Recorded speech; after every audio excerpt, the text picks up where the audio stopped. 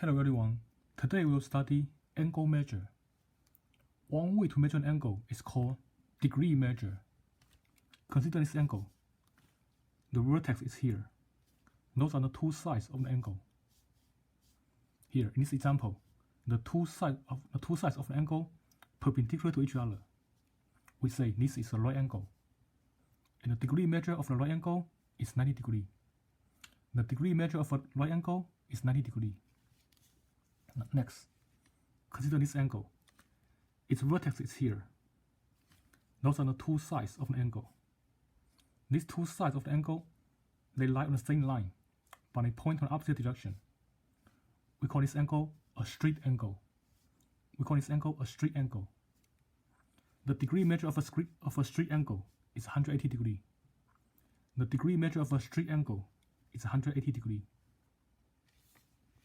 Another example, consider this example here. Two sides, that's the vertex of the angle, and the two sides of the angle point in the same direction. In this case, this angle is called complete angle. This angle is a complete cycle. That's called complete cycle. The degree measure of a complete cycle of a complete angle is 360 degrees. That's how we define degree measure. Degree measure of a right angle is 90 degrees. Degree measure of a straight angle is 180 degrees. And degree measure of a complete angle is 360 degrees. That's the degree measure. Next, I'll show another way to measure angles, called the radial measure. Next, let me define radial measure as the following. Let theta be an angle. Let me show you a picture first.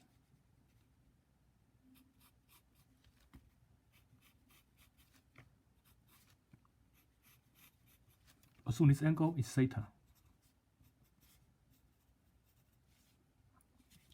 Draw a circle, center and a vertex.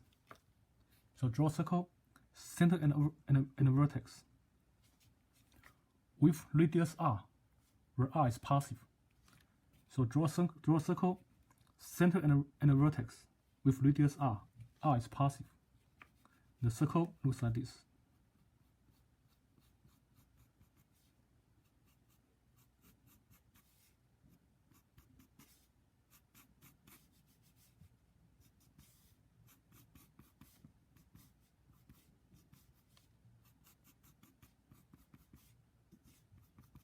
That's a circle, center and a vertex with radius r.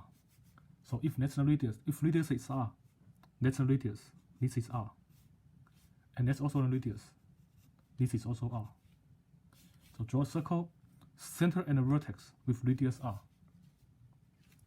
Let S be the length of the circular arc, intersect by angle theta.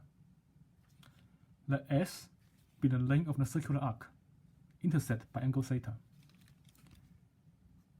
This is the circular arc. This is the circular arc, intersect by angle theta. This is the circular arc, intersect by angle theta. And the length of this arc is S. Let S be the length of the circular arc, intersect by angle theta.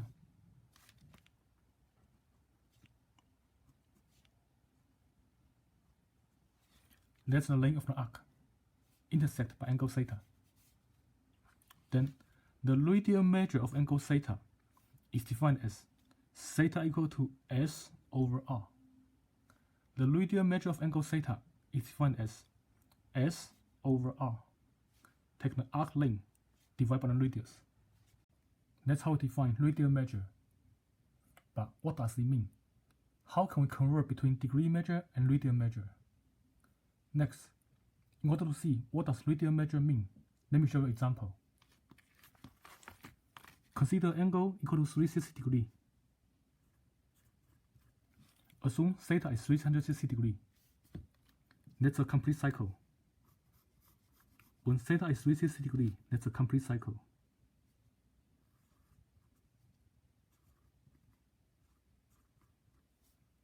Its corresponding circular arc is a full circle. Its corresponding circular arc is the full circle. assume that's the center, that's the radius. Then the corresponding circular arc is the circumference. Formula for circumference is 2 pi r. 2 pi r is the formula for the circumference. So for this angle theta, 360 degrees, its corresponding circular arc is the circumference, which is 2 pi r. Now, the radial measure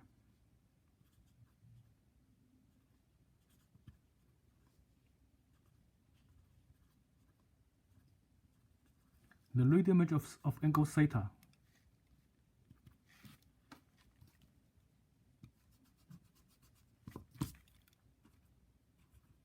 by the definition is S over R.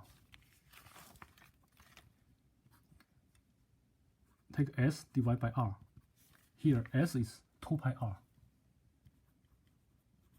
over R. Arc cancel. I get 2 pi by itself, which means 360 degrees equal to 2 pi radian. We write RAD represent radian. 360 degrees is the same as 2 pi radian. We define 360 degrees as 2 pi radian. If I divide both sides by 2, we get 180 degrees equal to pi radian.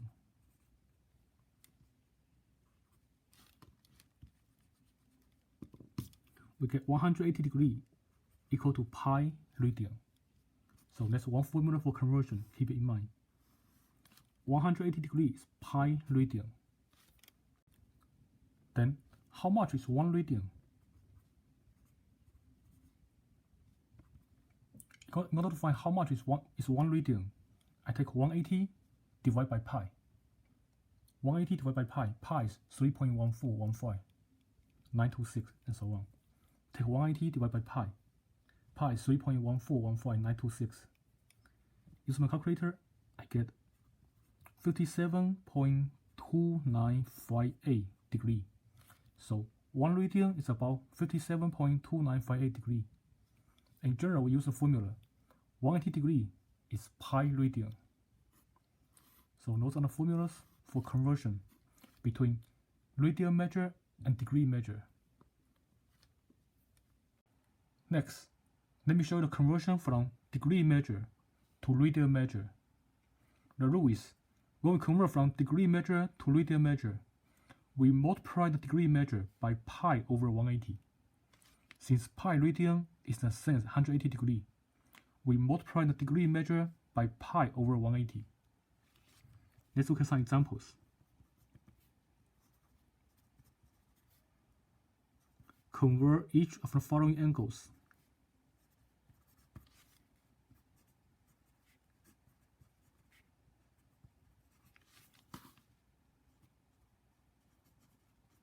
From degree measure to radial measure.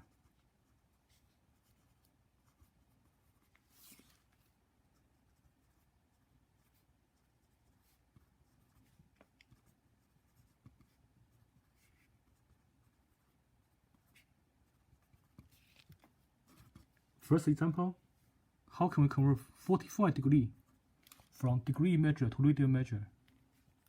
So the formula says, the rule says, we multiply the degree measure by pi over 180 degrees. So take 45 degrees times pi over 180 degrees. Then 45 degrees times pi over 180 degrees can be written as 45 degrees over 180 degrees pi. Write degree together, write the degree measure together, put pi on the side by itself. Then simplify. 45 over 180. Degree on the top and the bottom can cancel. Degree on the top and the bottom can cancel. 45 over 180 can be reduced as 1 over 4. I can divide top and the bottom by 45. I get 1 over 4 pi. That can be written as pi over 4. That's how we convert from degree measure to radian measure. Pi over 4, it means pi over 4 radian. In general, for radian measure, we don't want a unit. In general, for radian measure, we don't want a unit. Pi over 4, it means pi over 4 radian. But in general, for radian measure, we don't want a unit. Next example, 60 degree. How can we convert 60 degree from degree measure to radian measure? The rule says, when we convert from degree measure to radian measure, take the degree measure times pi over 180. So here I take 60 degree times pi over 180 degree. Next, put 60 and 180 together. I get 60 degree over 180 degree times pi. Then simplify the fraction. Degree on the top and bottom can cancel. 60 over 180 can be reduced as 1 over 3. And 1 over 3 pi can be written as pi over 3. Pi over 3 means pi over 3 radian. In general, for radian measure, we don't want a unit. Next example, 90 degree. When we convert from degree measure to radian measure, take 90 degree times pi over 180 degree. Then put degree together, we get 90 degree over 180 degree times pi. Then simplify the fraction. 90 over 180 can be reduced as 1 over 2. Pi stays the same.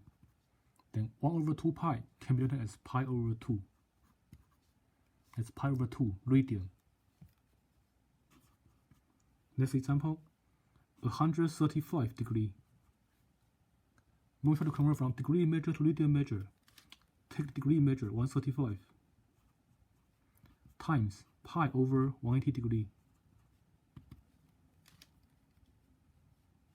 Then 1 degree together, I get 135 degree over 180 degree times pi.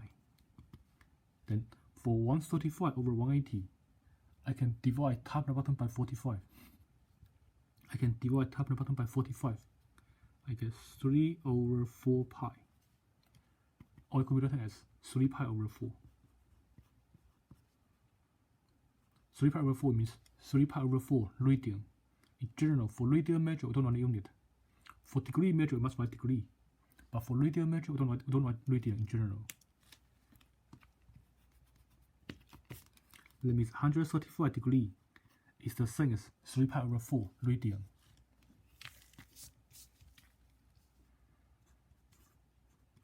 Next example, how can we convert negative 225 degree? So that's a degree measure. When we convert from degree measure to radian measure, take the degree measure times pi over 180 degree. Then put degree together, I get negative 225 degree over 180 degree times pi. Then for 225 over 180, I can divide top and bottom by 45. I get negative 5 over 4 pi. That can be rewritten as negative 5 pi over 4. So negative 225 degree is the same as negative 5 over 4 radian. Next example, negative 120 degree. How can we convert this angle from degree measure to radian measure? We take negative 120 times pi over 180 degree. First of all, put degree together. We get negative 120 degree over 180 degree times pi. Then cancel degree from top and bottom. 120 over 180, I can divide top and bottom by 60. I get 2 over 3 pi. That's the same as negative 2 pi over 3. That's a radian measure of negative 120 degree. That's a radian measure of negative 120 degree. Next example, 240 degree. How can we convert 240 degree from degree measure to radian measure? When we try to convert from degree measure to radial measure, multiplied by pi over 180 degree. First of all, put degree together. We get 240 degree over 180 degree times pi. Then here, degree get cancelled. For 240 over 180, I can divide top and the bottom by 60. If I divide top and the bottom by 60, I get 4 over 3 pi. That can be rewrite as 4 pi over 3. So 240 degree is the same as 4 pi over 3 radian. Next example. How can we convert 300 degree from degree measure to radian measure? When we convert from degree measure to radian measure, take degree measure times pi over 180. Then put the degree together first. I get 300 degree over 180 degree times pi. 300 divided by 180. I can first of all cancel degree from top and bottom. For 300 over 180, I can divide top and bottom by 60. If I divide top and bottom by 60, I get 5 over 3 pi. Then 5 over 3 pi can be written as 5 pi over 3. That's a radial measure of 300 degree. Next, let me show the conversion from radial measure to degree measure. In order to convert angle measure from radial measure to degree measure, we multiply the radial measure by 180 degree over pi. Because 180 degree and pi radian are exactly the same. So when we convert from radial measure to degree measure, we multiply the radial measure by 180 degree over pi. It's an opposite. From degree measure to radial measure, we multiply by pi over 180. And to go back, from radial measure to degree measure, we multiply by 180 degree over pi. It's an opposite. Next, let's look at some examples. Convert each of the following angles.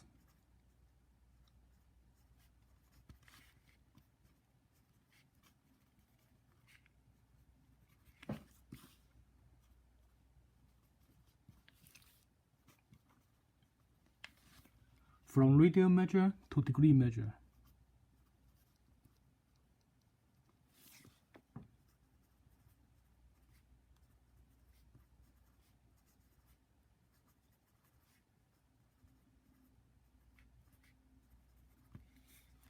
First example, how can we convert pi over 6 from radial measure to degree measure? So, when we convert from radial measure to degree measure, multiply the radial measure by 180 degree over pi.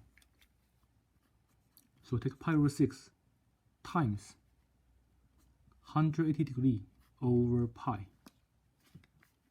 First of all, pi on the numerator denominator get cancelled.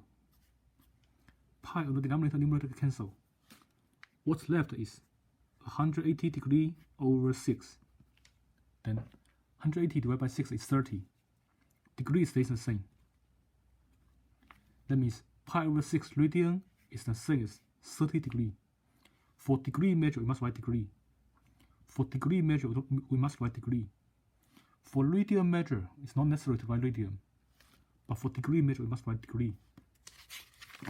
For radial measure, it's not necessary to write radian at the end. But for degree measure, we must write degree. So we must write 30 degree here. Next example. How can we convert pi over 2 from radial measure to degree measure?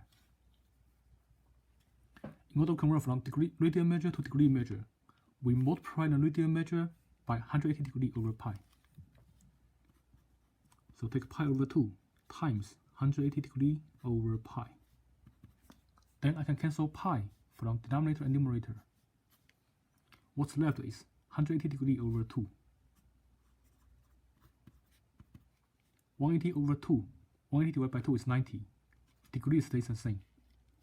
And so it's 90 degree. So pi over 2 radian is the same as 90 degree. Next, how do we convert 3 pi over 4?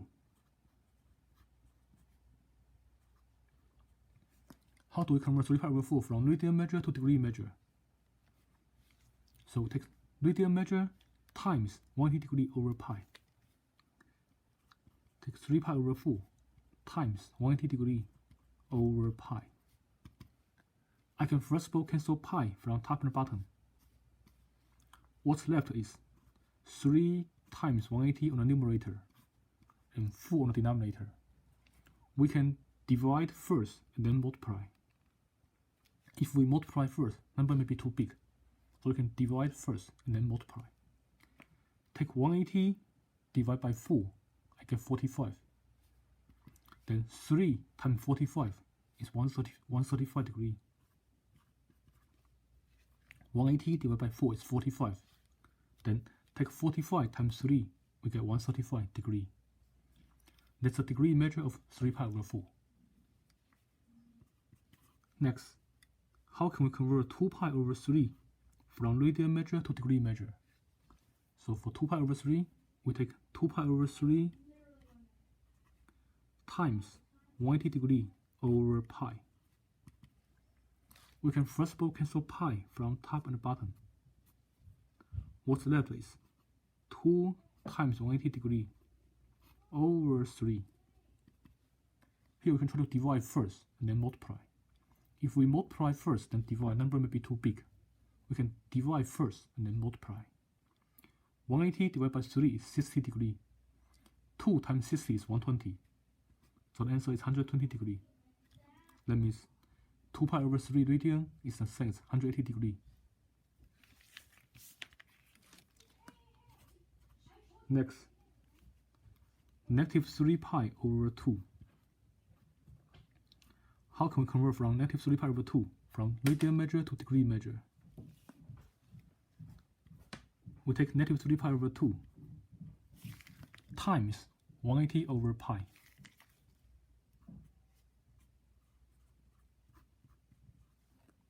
We can cancel, first of all, cancel pi from top and bottom. What's left is negative 3 times 180 degree over 2. If we multiply first, the number may be too big. So we can try to divide first and then multiply. If I take 180 divided by 2, I get 90 degree. 3 times 90 degree is 270 degree. And keep negative sign. That's negative 270 degree. That means negative 3 pi over 2, if I convert to radian measure, if I convert to degree measure, that's negative 220 degree. Next, how can we convert negative 5 pi over 6? When we convert from radian measure to degree measure, multiply by 180 degree over pi. So I get negative 5 pi over 6 times 180 degree over pi. We can first of all cancel pi from top and bottom, then put the rest together. I get negative 5 times 180 degree over 6. If we multiply first, the number may be too big. Let's divide first and then multiply. If I take 180 degree divided by 6, I get 30 degree. 30 degree times 5 is 150 degree. Keep negative sign. I get negative 150. That means negative 5 pi over 6 is negative 150 degree. Next example, convert 11 pi over 3 from radian measure to degree measure. So when we convert from radian measure to degree measure, take the radian measure times 180 degree over pi. Take the radian measure times 180 degree over pi. We can first of all cancel pi from top and bottom. We get 11 times 180 over 3. Cancel pi from top to bottom. What's left is 11 times 180 over 3. If we multiply first, number may be too big. We can try to divide first and then multiply. 180 divided by 3 is 60. 60 times 11 is 660 degree. So 11 pi over 3 radian is the same as 660 degree. Next, 7 pi over 4. When we convert from 7 pi over 4 to degree measure, we take 7 pi over 4 times 180 over pi. Or we take radian measure times 180 degree over pi. We can first of all cancel pi from top and bottom. What's left is 7 times 180 degree on the numerator and 4 on the denominator. If we multiply first, number may be too big, so let's divide first. If I take 180 divided by 4, we get 45. 45 degree times 7 is 315 degree. That's how we convert from radian measure to degree measure. Next, how about number 2? This number 2 in radian measure, it means 2 radian. Number 2 means 2 radian. When we convert from radian measure to degree measure, take number 2 times 180 over pi. Since pi cannot be cancelled, we multiply 2 to the numerator. Since pi cannot be cancelled, we directly multiply 2 to the numerator. I get 360 degree over pi. Then divide the numbers. 360 divided by pi. Pi is about 3.14. Pi is about 3.14. In my calculator, it's about 114.59 degree. So 2 radian is 114.59 degree. That's how we convert from radian measure to degree measure. Next, how do we convert -3 radian? How do we convert -3 radian from radian measure to degree measure? When we convert from radian measure to degree measure, it doesn't matter what is the radian measure. Take the radian measure, multiply by 180 over pi. So here, take -3 times 180 degree over pi. Since pi cannot be cancelled, we leave pi on the denominator. Multiply 3 to the numerator. 3 times 180 is 540. I get 540 degree over pi.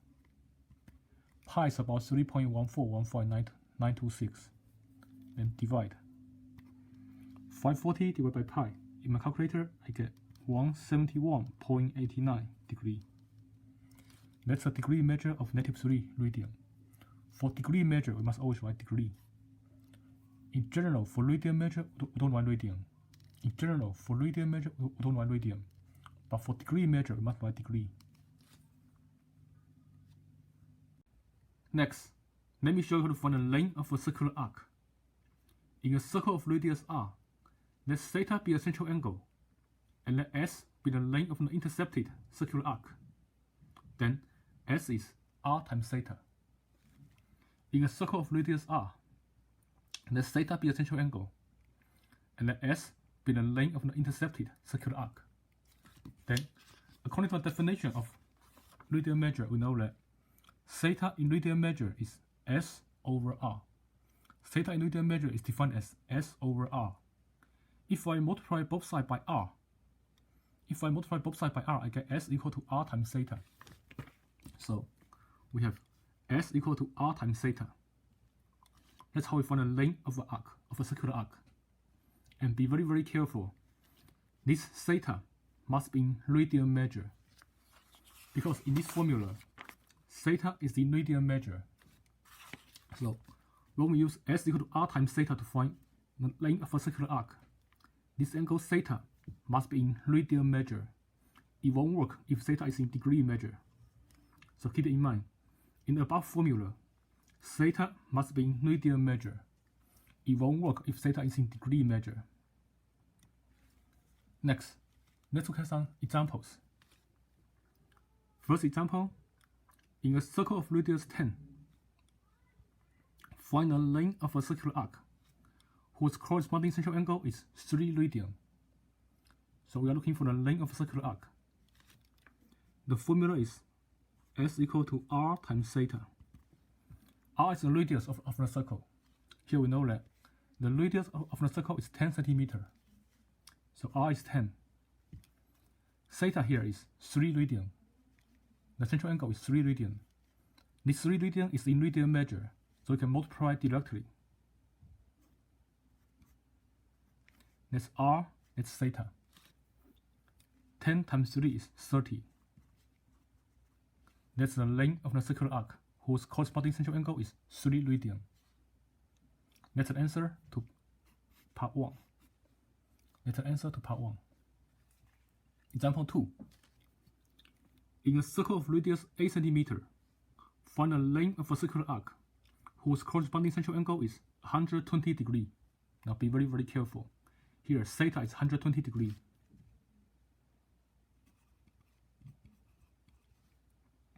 In order to use this formula to find length of the arc, theta must be in radian measure.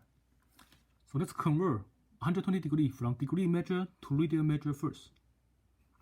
When we convert from degree measure to radian measure, we multiply the degree measure by pi over 180. When we convert from degree measure to radian measure, we multiply the degree measure by pi over 180. Then simplify.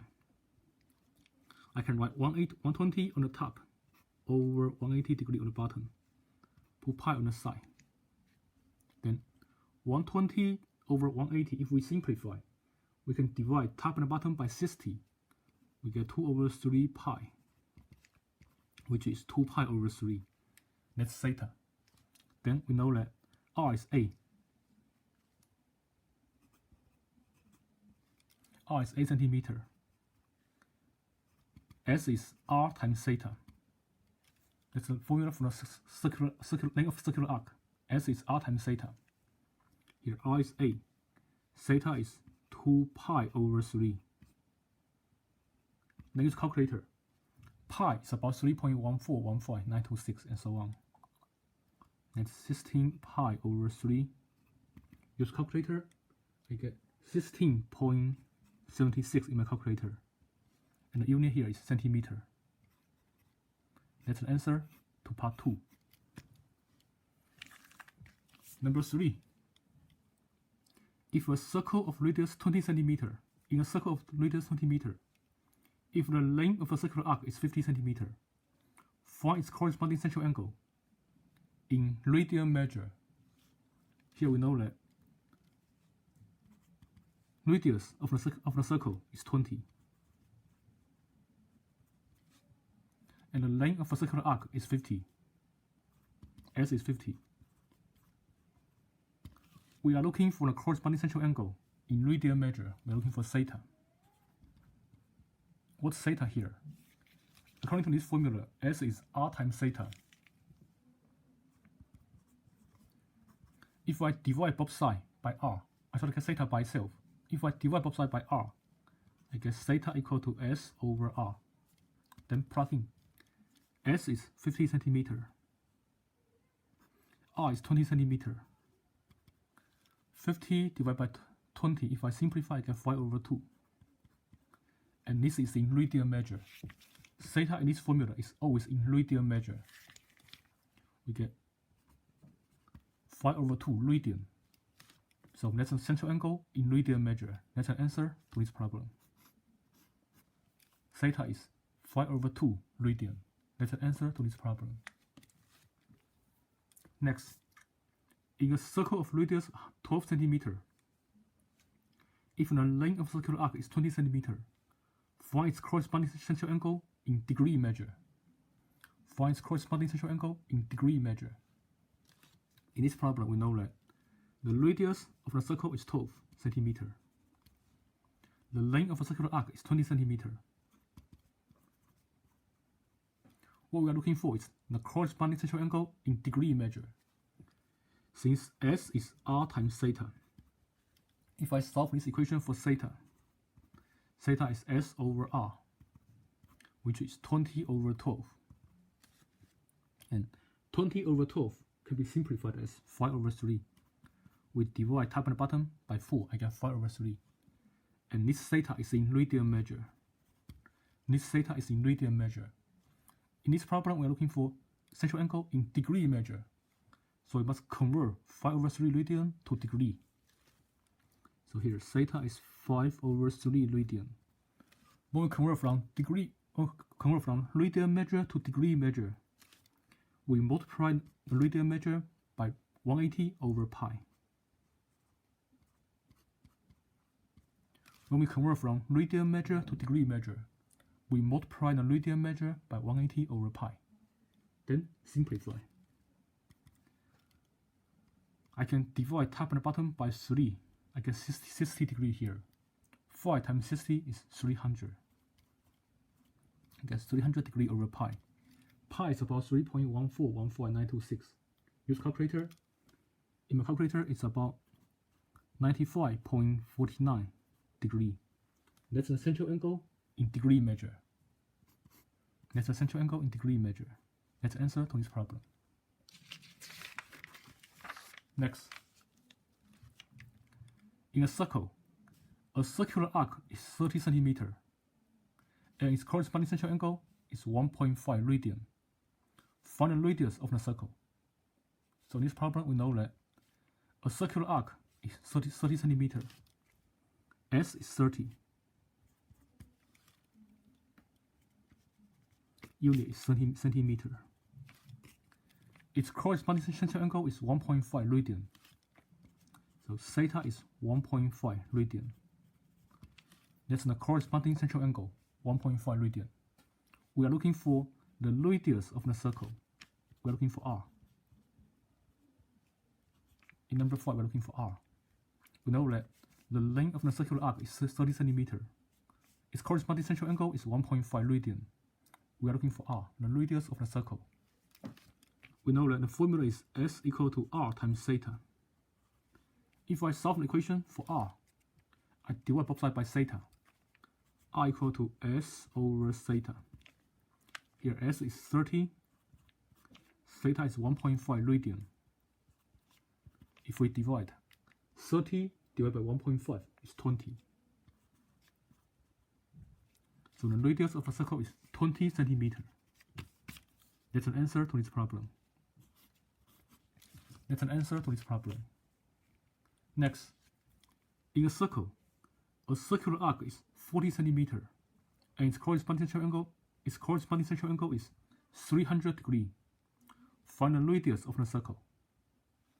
Again, here we know that the length of the circular arc is 40 centimeters. S is 40 centimeters. Its corresponding central angle is 300 degrees. So theta is 300 degrees. We are looking for the radius of the circle. We are looking for r.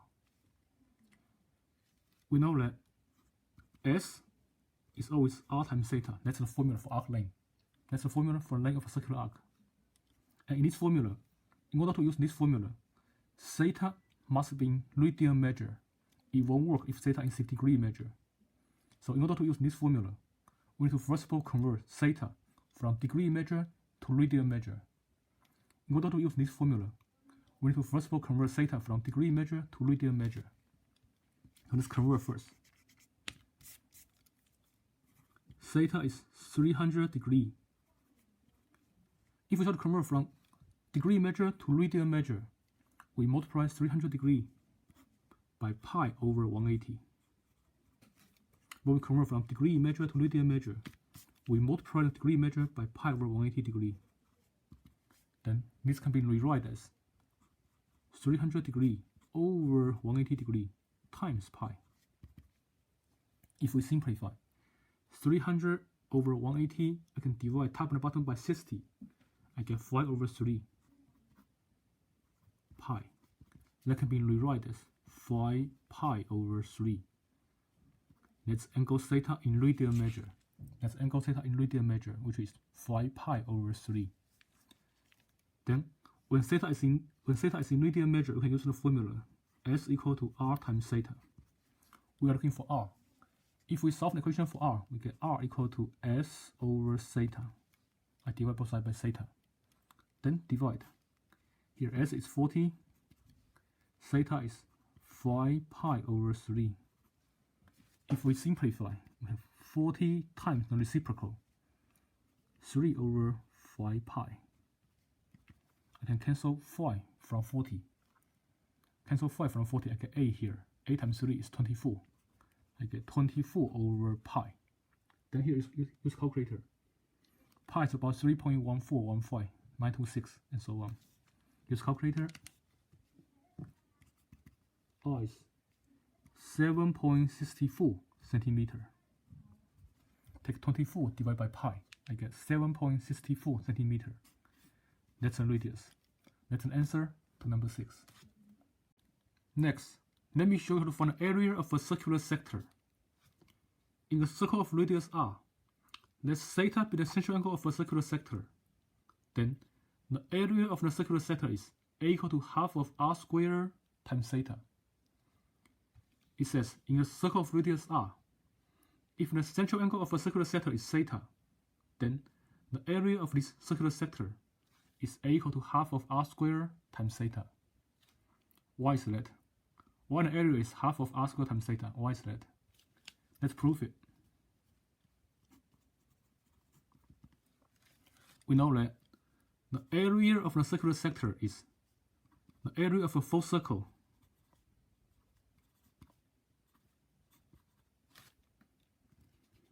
is the area of the full circle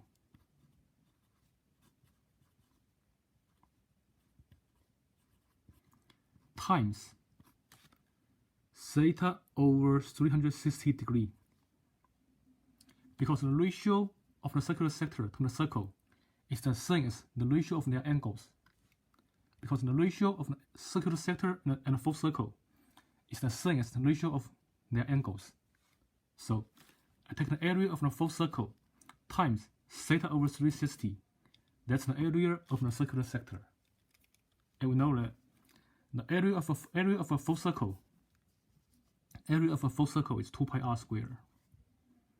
It's pi r squared. Area of a full circle is pi r squared times theta over 360 degrees. Since theta is in radian measure, we need to convert 360 degrees to radian measure. And 360 degrees in radian measure is what? We know pi radian is 180 degrees. Pi radian is 180 degrees. We know that pi radian is 180 degrees. If I multiply both sides by 2, 2 pi radian is 360 degrees. So 360 degrees in radian measure is 2 pi radian. So 360 degrees in radian measure is 2 pi. Then I can cancel pi.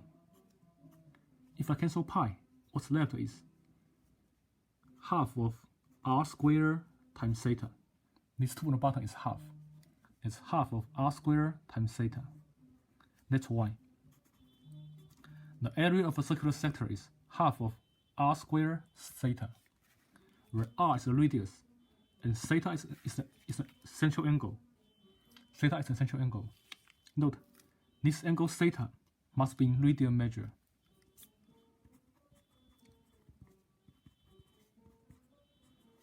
In the above formula,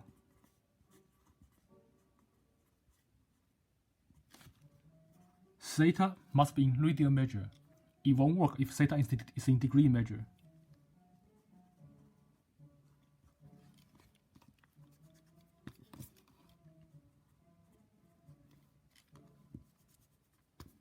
In the above formula, theta must be in radian measure.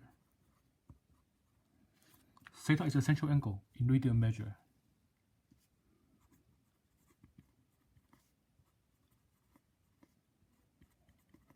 This formula won't work if theta is in degree measure. Next, let's look at some examples. In a circular sector, if the radius is 6 cm and the central angle is 2 radian, find the area of the circular sector. So here we know that the radius is 6 cm. Central angle is 2 radian. Find its area. We know that for a circular sector, its area is always half of r squared times theta, and theta must be in radian measure. In order to use this formula, theta must be in radian measure. Then plug in, we get half of 6 squared times 2. R is 6, theta is 2 radian. Then half times 6 squared. 6 squared is 36. I get half times 36 times 2. We know that half and 2 get cancelled. Half times 2 is 1. So the answer is 36 centimeters squared. That's an answer to this problem. The area is 36 centimeters squared. Next, in a circular sector, if the radius is 10 centimeters and the central angle is 30 degrees, find the area of the circular sector. Here we know that radius is 6 centimeters.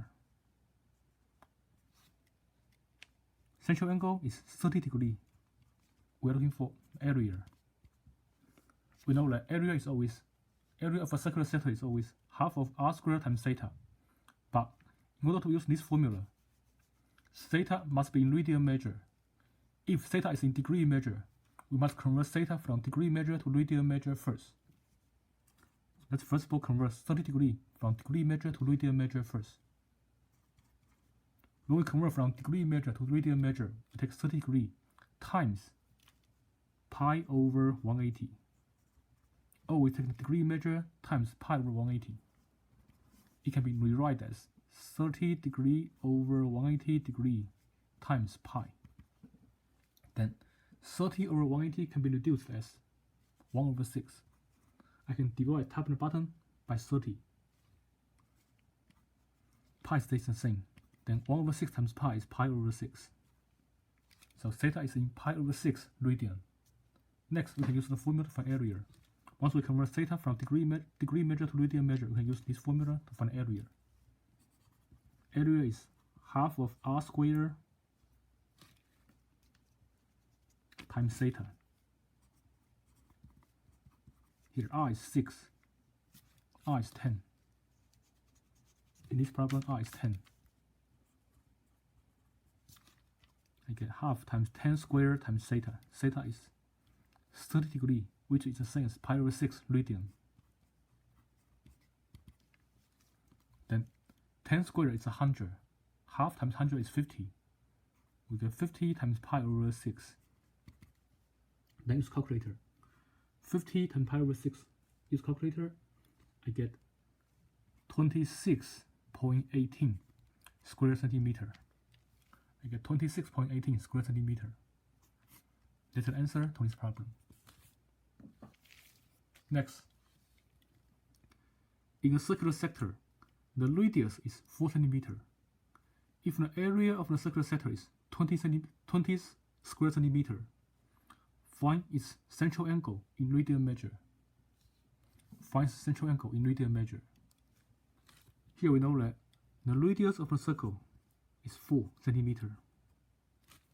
The radius of the circular sector is 4 centimeter.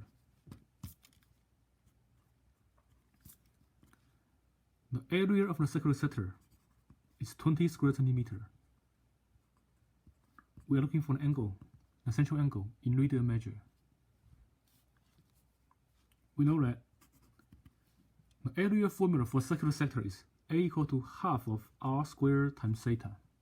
We are looking for theta. So we can solve this equation for theta. In this equation, I can first of all multiply both sides by 2. If I multiply both sides by 2, I get 2a equal to r squared theta. Next, I can divide both sides by r squared. So theta equal to 2a over r squared. So theta equal to 2a over r squared. Then theta equal to 2a over r squared. Plug in. A is 20. R is 4. So 2 times a over r squared. 2 times 20 is 40. I get 40 over 16. Then I can divide top and bottom by a. I get 5 over 2. So theta is 5 over 2 radian. In this formula, theta is always in radian measure. So theta is 5 over 2 radian. That's what we are looking for here. Find central angle in radian measure. So that's an angle, that's a solution to number 3. That's the answer to this problem. Next example. In a circular sector, the radius is 6 centimeter. If the area of the circular sector is 28 square centimeter, find central angle in degree measure. So here we know that the radius of the circular sector is 6 centimeter. Area of the circular sector is 28 square centimeter. We are looking for the central angle in degree measure. We know that the area of a circular sector is A equal to half of r squared times theta. Area of a circular sector is always half of r squared times theta. If we solve an equation for theta, theta is 2a over r squared. If we solve an equation for theta, theta is always 2a over r squared. Then plug in. A is 28. R is 6. So you get 2 times 28 over 6 squared. It's 56 over 36. I can divide top and bottom by 4. I get 14 over 9. So theta is in 14 over 9 radian. Theta is 14 over 9 radian. But we're looking for the central angle in degree measure. So next, convert theta from radian measure to degree measure. Theta is 14 over 9 radian. When we convert from radian measure to degree measure, we multiply the radian measure by 180 over pi. Multiply the radian measure by 180 degree over pi. Then here, use calculator. 14 over 9 times 180 over pi. Use calculator. In my calculator, I get 89.13 degree. Type this in the calculator. In my calculator, I get 89.13 degree. Take 14 over 9 times 180 over pi. Pi is 3.1415926. Use calculator, I get 89.13 degree. Next example. In a circular sector, the central angle is 1.2 radian. If the area of the circular sector is 21.6 square centimeter, find radius. So in number 4, we know that the central angle is 1.2 radian. Area of the circular sector is 21.6 square centimeter. We are looking for its radius. We're looking for its radius. We know that for a circular sector, its area is always half of r squared times theta. We are looking for r. We're looking for r. So I can first of all multiply both sides by 2. I get 2a equal to r squared theta. And we are solving an equation for r. If I divide both sides by theta, I get r squared equal to 2a over theta. That's r squared. R squared is 2a over theta. Remember, this theta, in this formula, theta must be in radian measure. Here we do have theta in radian measure, so it works. We can plug in directly. Here, a is 21.6. Theta is 1.2 radian. So r squared is 2 times 21.6 over 1.2. Here, use calculator, I get 36. R squared is 36. That means r is 6. If I take square root, r is 6. That's the answer to this problem. The radius of the circular sector is 6 centimeter. Next, in a circular sector, the central angle is 210 degree. If the area of the circular sector is 30 square centimeter, find radius. In this problem, we know that the central angle is 30 degree.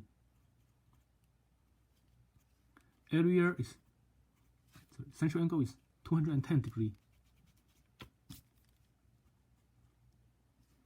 Central angle is 210 degree. Area of the circular sector is 30 square centimeter.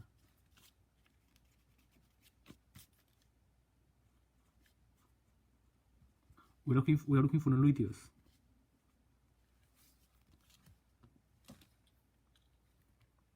We know that for a circular sector, its area is always half of r squared times theta. But in order to use this formula, theta must be in radian measure. In order to use this formula, theta must be in radian measure. Here, our theta is in degree measure.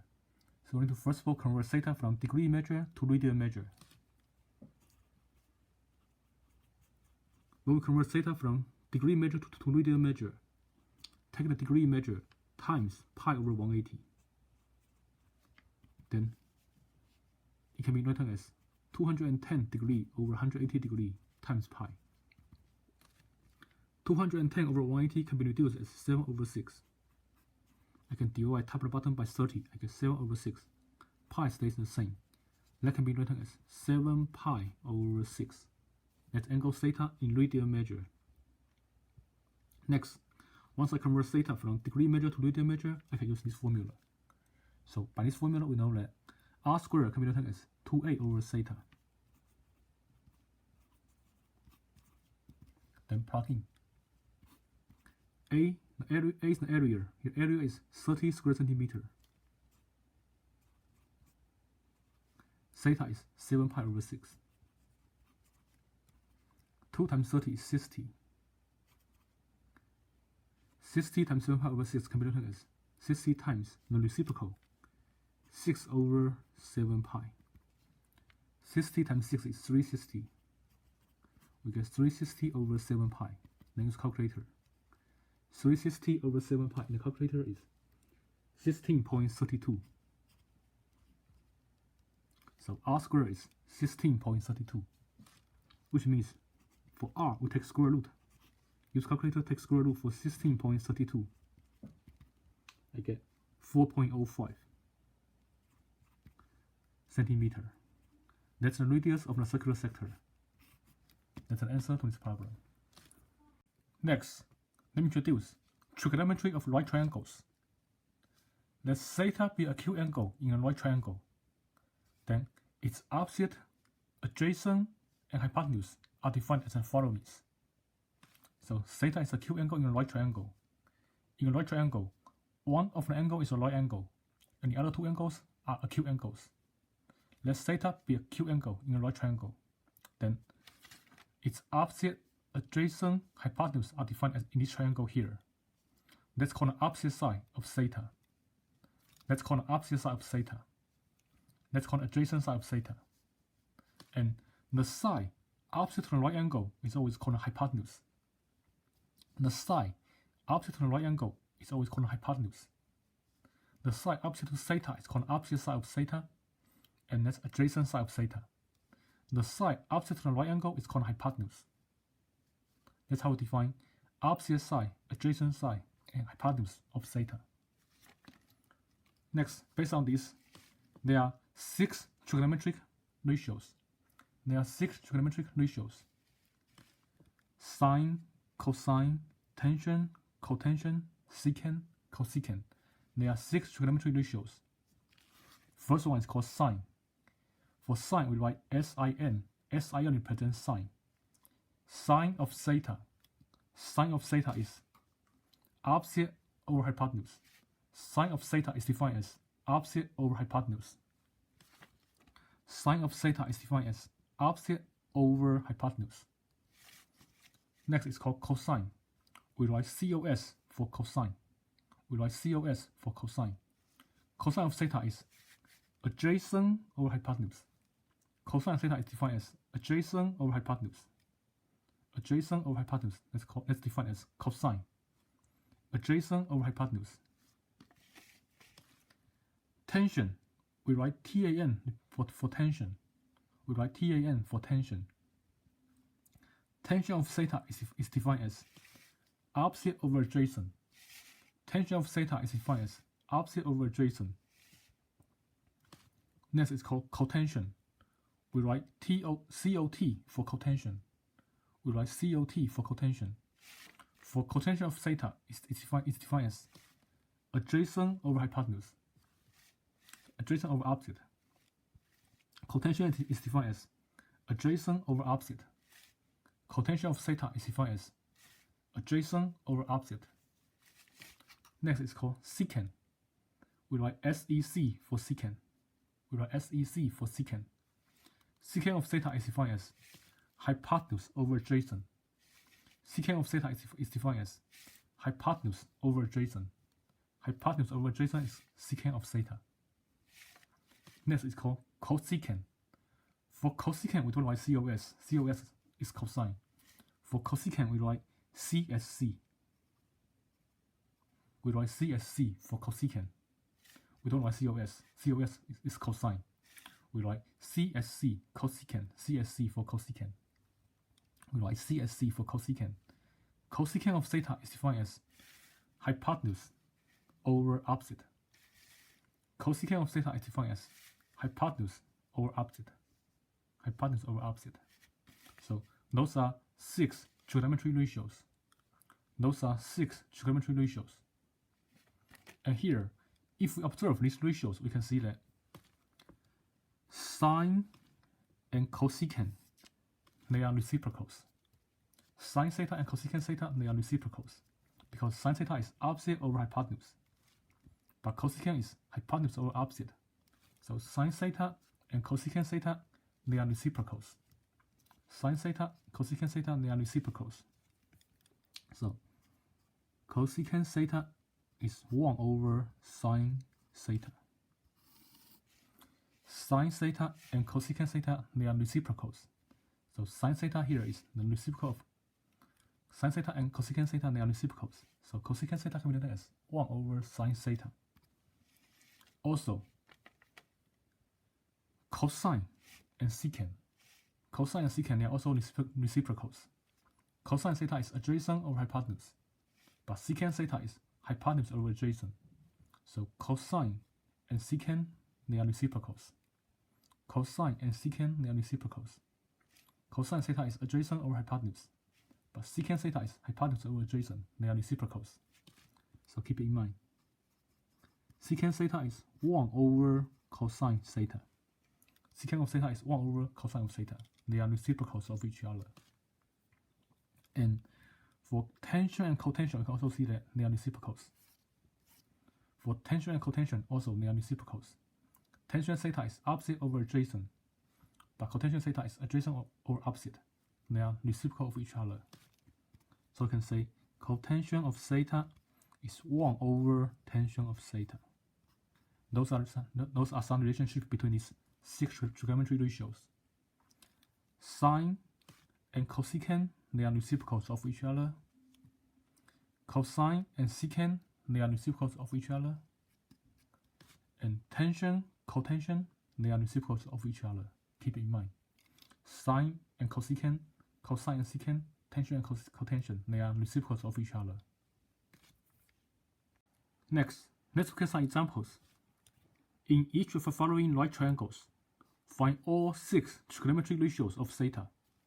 So that's the right triangle. We know this side is 3, this side is 2, theta is here.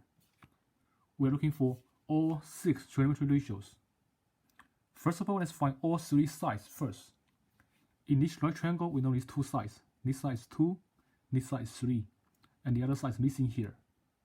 In general, the side opposite to the right angle is called hypotenuse. The side opposite to the right angle is called hypotenuse. Let's find the missing side first. Use Pythagorean Theorem, find the missing side first. Pythagorean Theorem is always a squared plus b squared equal to c squared. Here, c is always the hypotenuse. A and b could be either side here, but c is always the hypotenuse. In this problem, hypotenuse is missing, so c is missing. Let me call these 2 sides a and b. If I plug in a and b, I have 2 squared plus 3 squared equal to c squared. 2 squared is 4, 3 squared is 9, c squared is missing. And here, 4 plus 9 is 13. If c squared is 13, then c is square root of 13. So that's the missing side. Find the missing side first. That's the missing side. Here, the missing side is square root of 13. Next, find all 6 trigonometry ratios. we know sine theta. Sine is always opposite over hypotenuse. That's an opposite, that's adjacent, that's hypotenuse. Sine is always opposite over hypotenuse. So I get 3 over radical 13. Sine is always opposite over hypotenuse. How about cosine? Cosine theta is adjacent over hypotenuse. Cosine theta is always adjacent over hypotenuse. I get 2 over radical 13. Cosine is always adjacent over hypotenuse.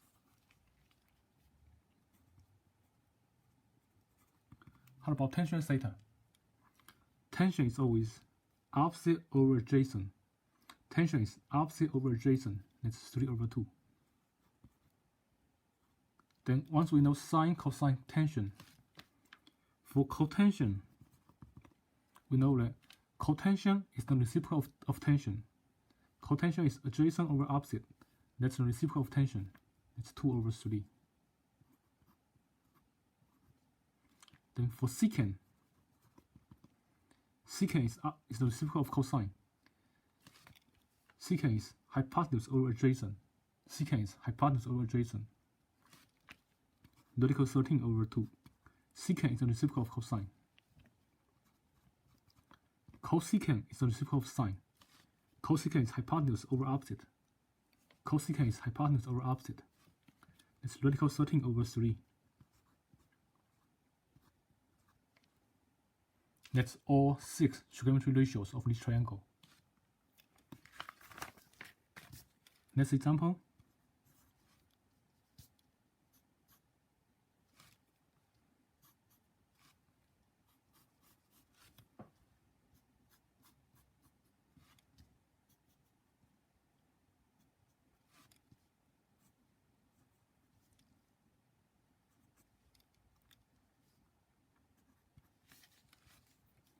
Angle theta is here. Hypotenuse is 9. Opposite is 5. One side is missing here. We try to find all 6 trigonometry ratios. In order to find all 6 trigonometry ratios, we must find the missing side first. In order to find all 6 trigonometry ratios, we need to find the missing side first. For the missing side, in a right triangle, we use Pythagorean Theorem. Pythagorean Theorem says a squared plus b squared is c squared. C is always the hypotenuse. A and b could be either sides, but c is always a hypotenuse. So here, hypotenuse is the side opposite to the right angle. In this triangle, hypotenuse is 9. So we first of all plug in 9 for c. A and b could be either sides. So let me call A to be 5. Let B be the missing side here. Let B be the missing side here. Then solve the equation for B. We know that 5 squared is 25.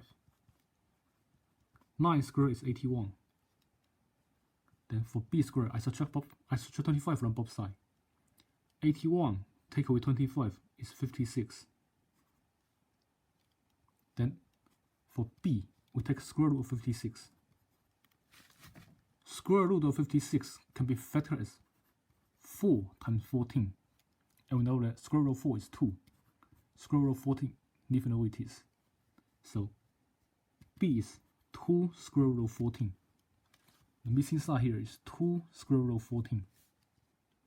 Once we know all 3 sides, we can find all 6 trigonometric ratios. Let's find sine theta first. Sine is opposite over adjacent over hypotenuse. Sine is opposite over hypotenuse. That's an opposite, that's adjacent, that's hypotenuse. That's an opposite side of theta, that's an adjacent side of theta, and that's an hypotenuse of this triangle. Sine is always opposite over hypotenuse. That's 5 over 9. Cosine theta is adjacent over hypotenuse. It's 2 square root of 14 over 9. That's cosine. For tangent,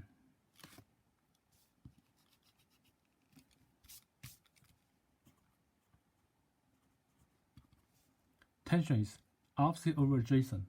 Tangent is opposite over adjacent. 5 over 2 square root of 14. Tension is opposite over adjacent. Cotension theta is adjacent over opposite. Cotension theta is adjacent over opposite. 2 square root 14 over 5. That's cotension theta. Secant is hypotenuse over adjacent. Secant theta is hypotenuse over adjacent. 9 over 2 square root 14. Cosecant theta is hypotenuse over opposite. Cosecant theta is hypotenuse over opposite. It's 9 over 5. Those are 6 trigonometry ratios. Next example.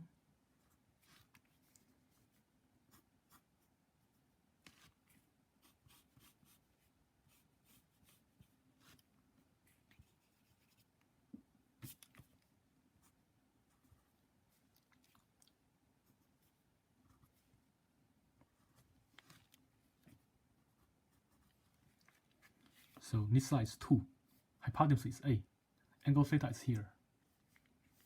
This side is 2, this side is A, hypotenuse is A, this side is 2, angle theta is here. Find all 6 trigonometry ratios. Let's find the missing side first. Use Pythagorean Theorem, find the missing side first. We know that by Pythagorean Theorem, A squared plus B squared is always C squared. C is always the hypotenuse. A and B could be these two legs. C is always hypotenuse. Here hypotenuse is A. We plug in A for C. A and B could be these two sides. Here let me let A be 2. Let B be the missing side. Then solve the equation for B. Here 2 squared is 4. A squared is 64. Then I can subtract 4 from both sides. I get B squared equal to 60. Next, take square root for 60. Square root of 60 can be factored as 4 times 15. And we know that square root of 4 is 2. Square root of 15 cannot be reduced. I leave it the way it is. So B is 2 square root of 15. That's the missing side. 2 square root of 15. Next, find all 6 trigonometry ratios. Find sine theta first. Sine theta is opposite over hypotenuse. Sine theta is opposite over hypotenuse. For this angle theta here, that's an opposite side. This is the opposite side. This is the adjacent side. And this is hypotenuse. For angle theta here, that's an opposite side. That's adjacent side. That's hypotenuse. So sine theta is opposite over hypotenuse. 2 square root of 15 over A. That can be reduced as square root of 15 over 4. I divide top and bottom by 2. Cosine theta is adjacent over hypotenuse. For angle theta, that's adjacent side. That's hypotenuse. I get 2 over A. 2 over A can be reduced as 1 over 4. That's cosine theta. Next, for tension theta, tension is opposite over adjacent. Tension is opposite over adjacent. 2 square root of 15 over 2. Tension is opposite over adjacent. If we simplify, we get square root of 15. 2 get cancelled. Now, for cotension of theta, cotension is adjacent over opposite. Cotension is adjacent over opposite. I get 2 over 2 square root of 15. Adjacent over opposite. That's 1 over square root of 15. For secant theta, secant is hypotenuse over adjacent. Secant is hypotenuse over adjacent. Secant theta is hypotenuse over adjacent, A over 2.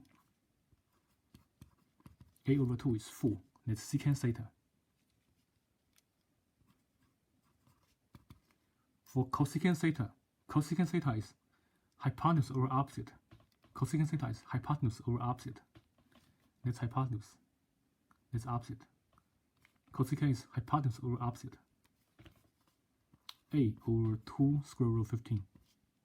Then I can divide top and bottom by 2. I get 4 over square root of 15. That's cosecant theta. Here you can see that sine and cosecant, they are reciprocals of each other. Cosine and secant, they are reciprocal of each other. Tangent and cotension, they are reciprocals of each other. Next example.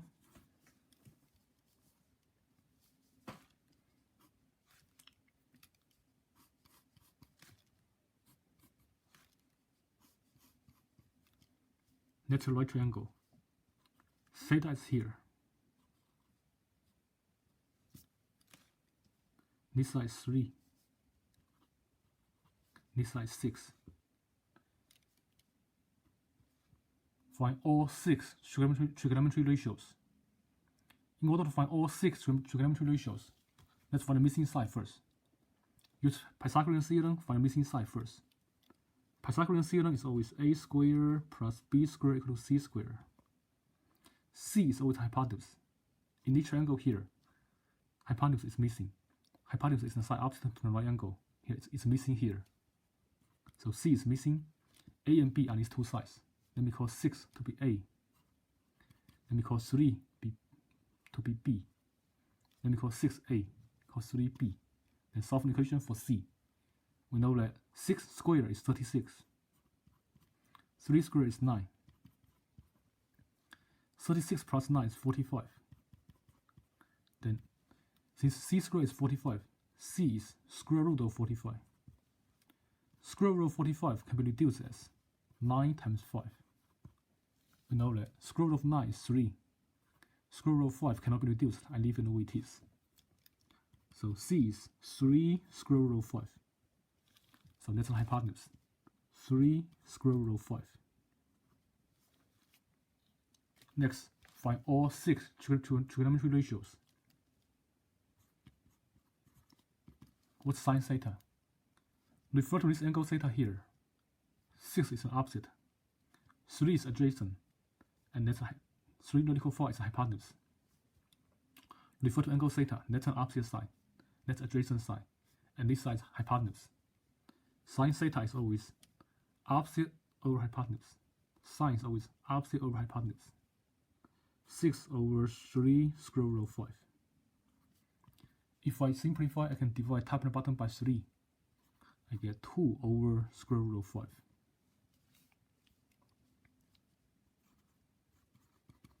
Cosine is adjacent over hypotenuse. Cosine is adjacent over hypotenuse. I get 3 over 3 radical 5. If we simplify, we get 1 over radical 5. Next, for tangent theta. Tangent is opposite over adjacent. Tangent is always opposite over adjacent. Here we have 6 over 3. 6 over 3 is 2. That's tangent theta. For cotension theta, cotension is adjacent over opposite. Cotension theta is adjacent over opposite. Here we get 3 over 6. Adjacent over opposite. 3 over 6 can be reduced as 1 over 2. Next, for secant theta is hypotenuse over adjacent. Secant theta is hypotenuse over adjacent. 3 radical 5 over 3. If we simplify, we get radical 5. 3 can cancel. That's secant theta. For cosecant theta, that's hypotenuse over opposite. Cosecant theta is hypotenuse over opposite. That's hypotenuse. That's opposite. I get 3 radical 5 over 6. If I simplify, divide top and bottom by 3, I get radical 5 over 2. That's cosecant theta. Now here we can see that sine and cosecant, they are reciprocal of each other. Cosine and secant, they are reciprocals of each other. Tangent and cotension, they are reciprocals of each other. Next, let's look at some different examples. Let theta be a acute angle. Based on the given trigonometry value, find the other 5 trigonometry values of theta. First example, sine theta is 3 over 4. Find the other 5 trigonometry values. what can we do here? First step, let's draw right triangle. First step, draw right triangle.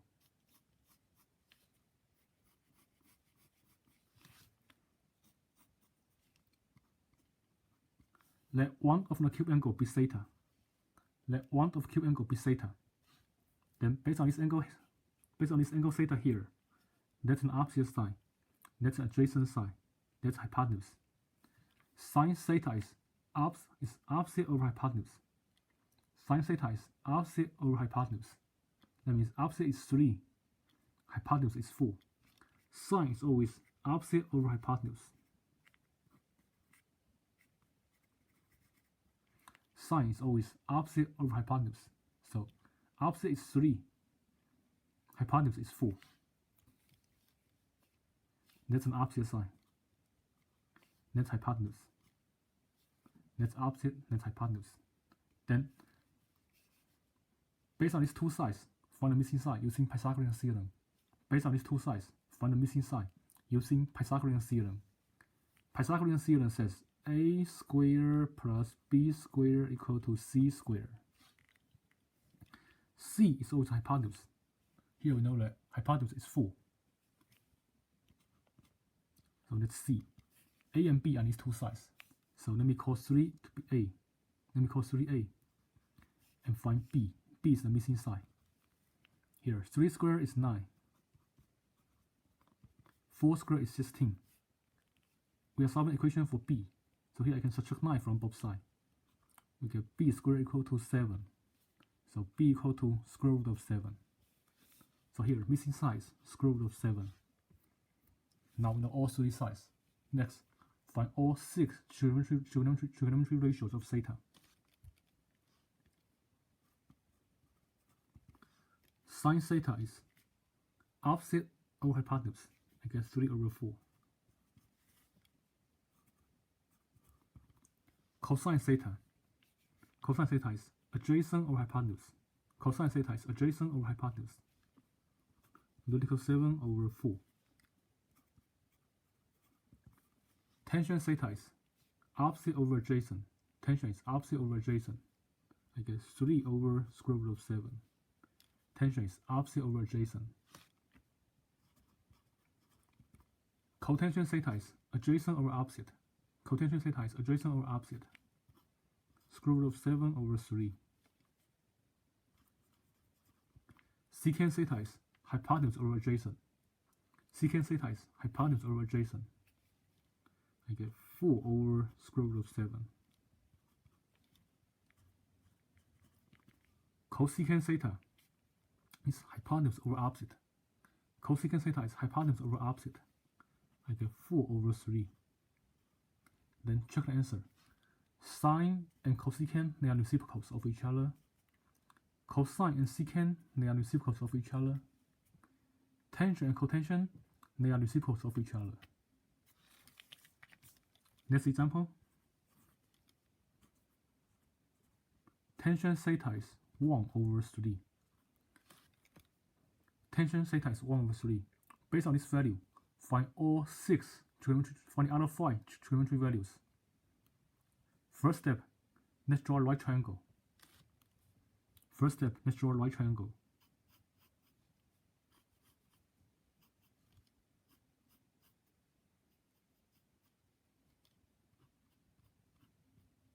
Label one of the acute angle to be theta. Here I label this angle to be theta.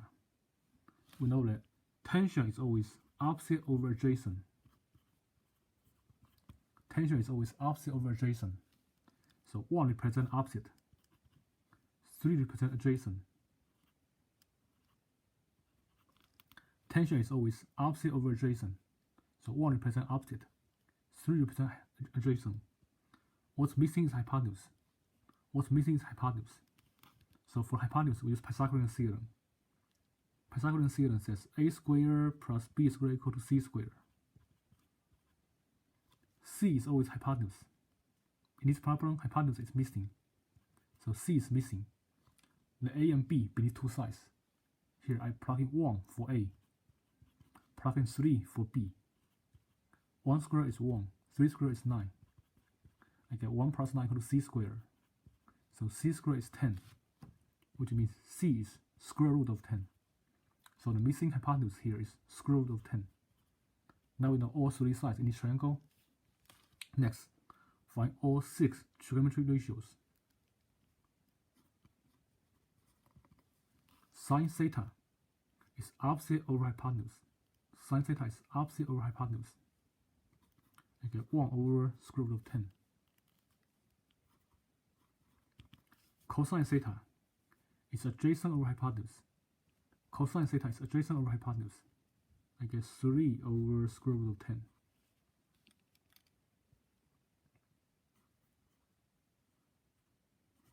Tangent theta is opposite over adjacent. Tangent theta is opposite over adjacent. I get 1 over 3.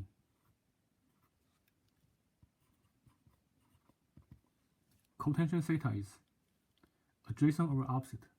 Cotension theta is adjacent over opposite. I get 3 over 1. Adjacent over opposite. And 3 over 1 can be reduced as 3.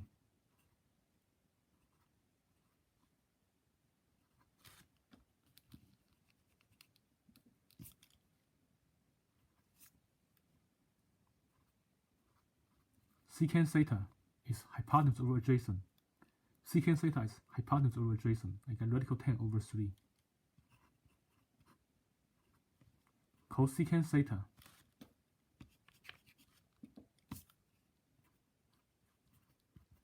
Cosecant theta is hypotenuse over opposite. Cosecant theta is hypotenuse over opposite. I get square root of 10 over 1. That can be reduced as square root of 10.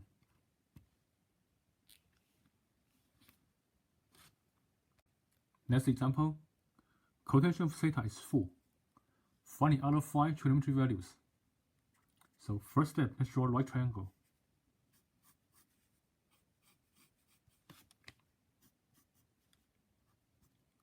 Let one of the acute angle be theta. Let one of the acute angle be theta. Next, try to label a triangle. Cotension of theta is 4. 4 can be written as 4 over 1. And for cotension, we know that the relationship is adjacent over opposite.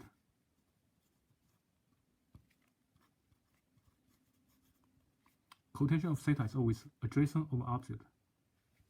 So 4 is an adjacent, 1 is an opposite.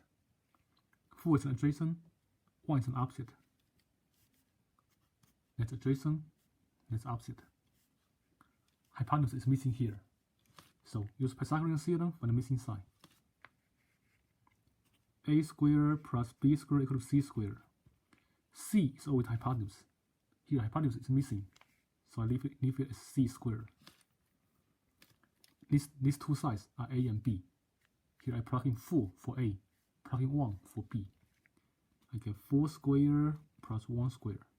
Solve for c. C is hypotenuse. 4 squared is 16. 1 squared is 1. 16 plus 1 is 17. So I get c squared equals 17.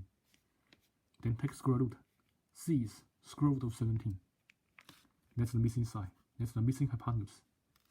Next, based on this triangle, find all 6 trigonometry values.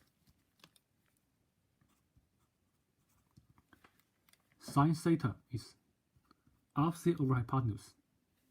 1 over square root of 17. Opposite over hypotenuse. Cosine theta is adjacent over hypotenuse. 4 over square root of 17.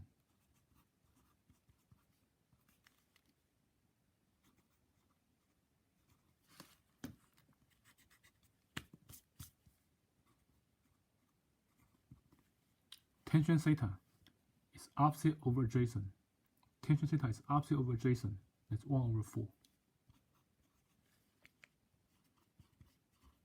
Cotension theta is adjacent over opposite. Cotension theta is adjacent over opposite. That's 4 over 1. 4 over 1 is 4. Next, secant theta is hypotenuse over adjacent. Secant theta is hypotenuse over adjacent. Radical 17 over 4.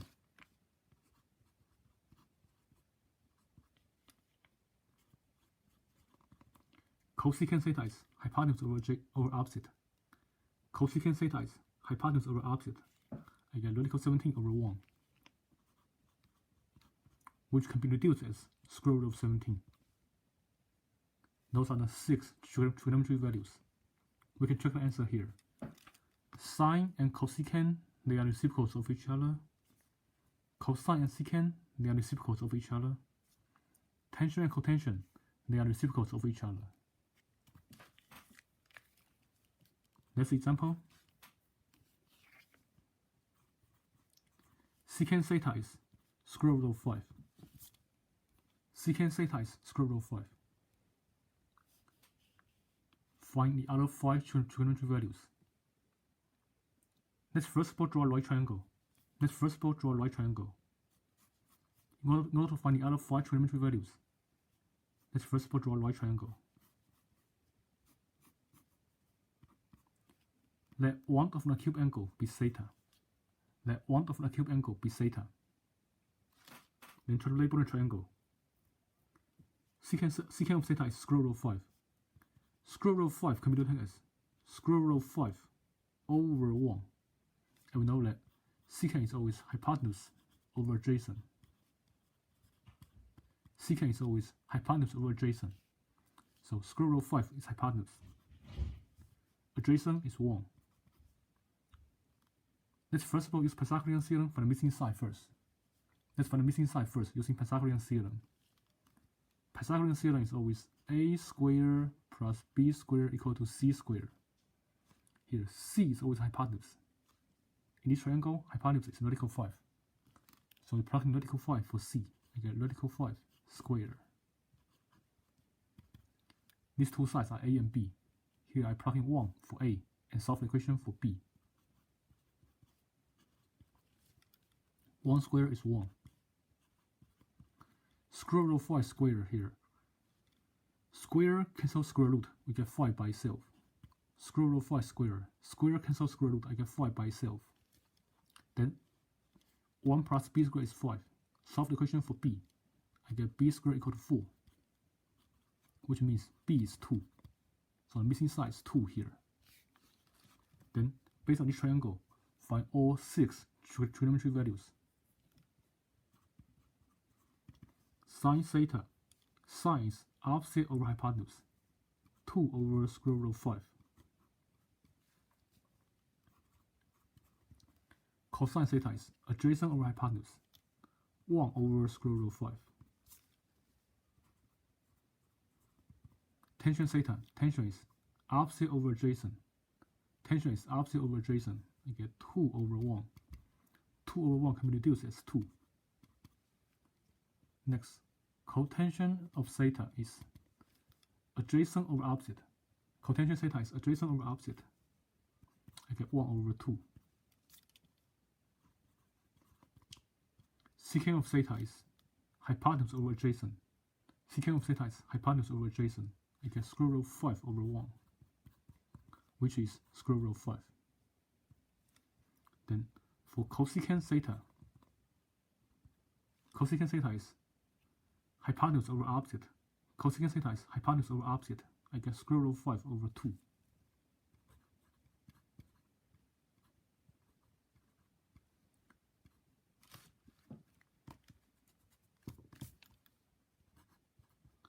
Those are all trigonometry values of angle theta.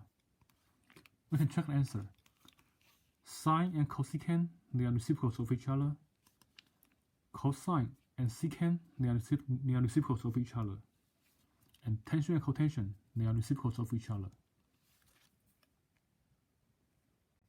Next example.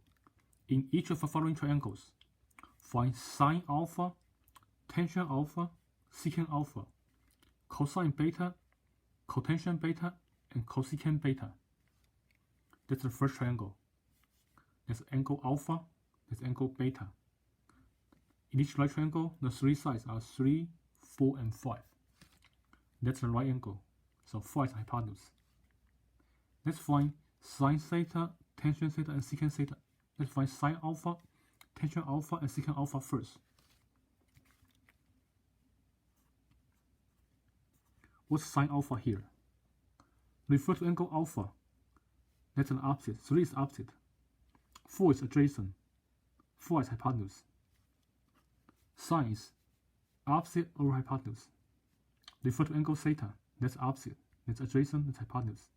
So sine alpha is opposite over hypotenuse, 3/5.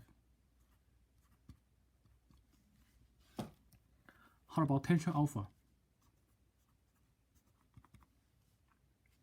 Tangent is opposite over adjacent. Refer to angle alpha here. That's opposite, that's adjacent. We get 3/4.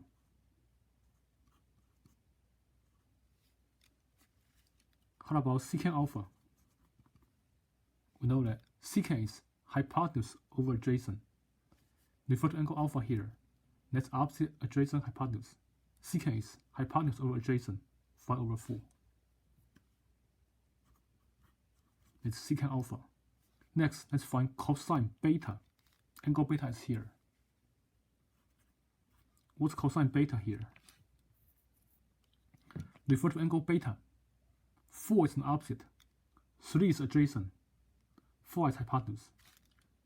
Refer to angle beta. 4 is an opposite, 3 is adjacent, 4 is hypotenuse. So cosine beta. Cosine is always adjacent over hypotenuse.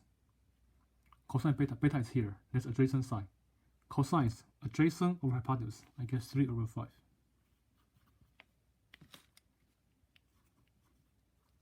Cotension beta. What's cotension beta? Refer to angle beta here. That's an opposite. That's adjacent. That's hypotenuse. We know that cotension is adjacent over opposite. Cotension is adjacent over opposite. Adjacent over opposite, 3/4. How about cosecant?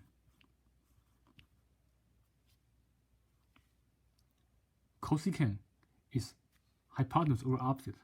Cosecant is always hypotenuse over opposite. Refer to angle beta here. That's an opposite. That's adjacent. That's hypotenuse. Cosecant beta is hypotenuse over opposite. Cosecant beta is hypotenuse over opposite, 5/4. So here you can see that sine alpha, cosine beta are exactly the same. Tangent alpha, cotension beta are exactly the same.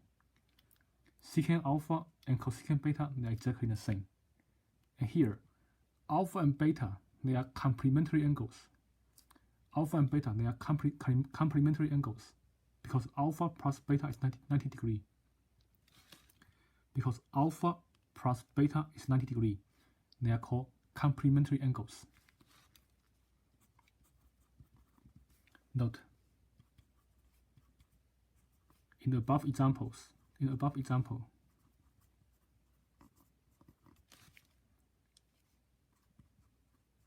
since alpha plus beta is 90 degrees, alpha and beta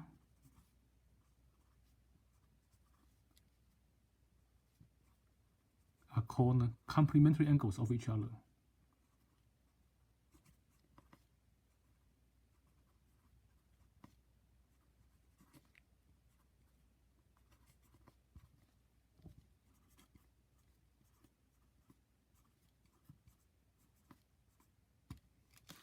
Since alpha plus beta is 90 degrees, alpha and beta, they are called complementary angles of each other. Next example.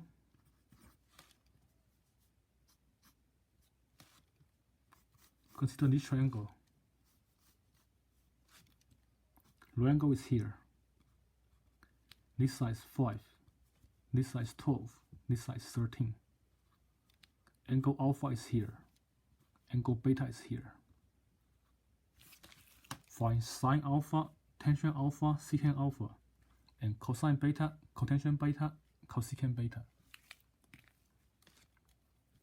What's sine alpha? Refer to angle alpha. This is opposite side. This is adjacent side. And 13 is hypotenuse. That's opposite, adjacent, hypotenuse. Sine theta. Sine is always opposite over hypotenuse. Sine is always opposite over hypotenuse. So I get 12/13.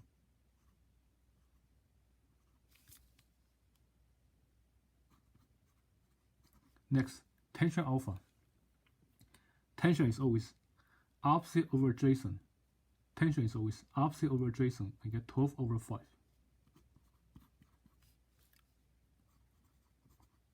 Next, secant alpha. Secant is always hypotenuse over adjacent. Secant is always hypotenuse over adjacent. I get 13 over 5. It's sine alpha, tension alpha, secant alpha. Next, let's find cosine beta, cotension beta, and cosecant beta. What's cosine beta?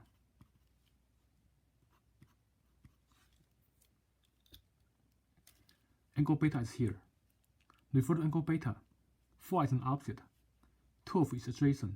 13 is hypotenuse. Refer to angle beta here. 4 is an opposite. 12 is adjacent. 13 is hypotenuse. We know that cosine is always adjacent over hypotenuse. Cosine is always adjacent over hypotenuse. I get 12 over 13. Refer to angle beta. 12 is adjacent. 13 is hypotenuse. I get 12 over 13.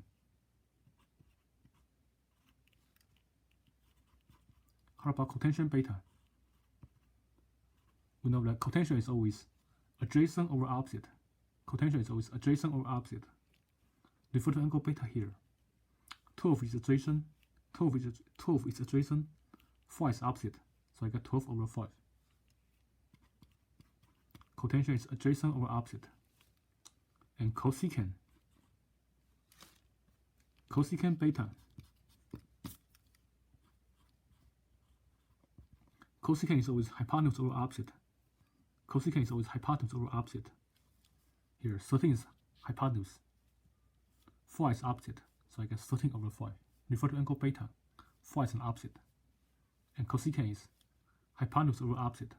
I get 13 over 5.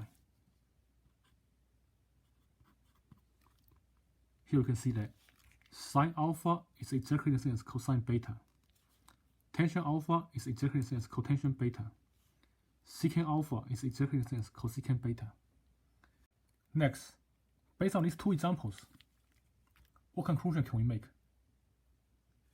We know that sine alpha is exactly the same as cosine beta.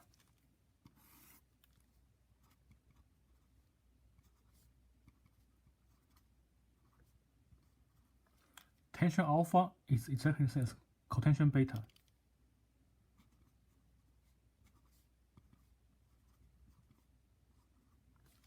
And secant alpha is exactly the same as cosecant beta.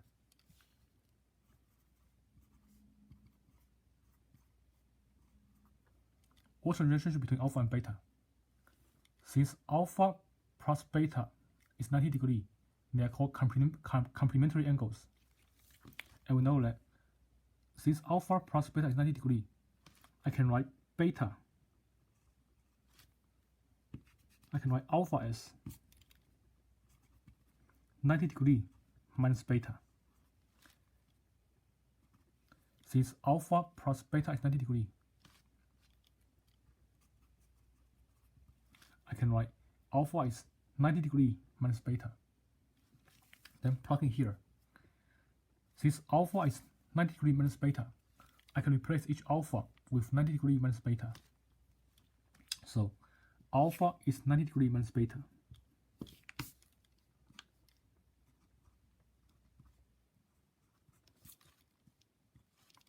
Alpha is 90 degrees minus beta.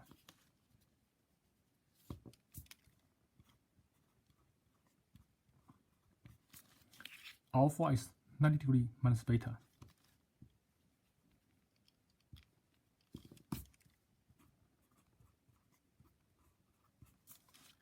This is true for all angle beta. This is true for all angle beta. This is true for all angle beta. In general, we write theta. In general, we write theta for the general angle. In general, we write theta for general angles. So we have sine of 90 degrees minus theta equal to cosine theta.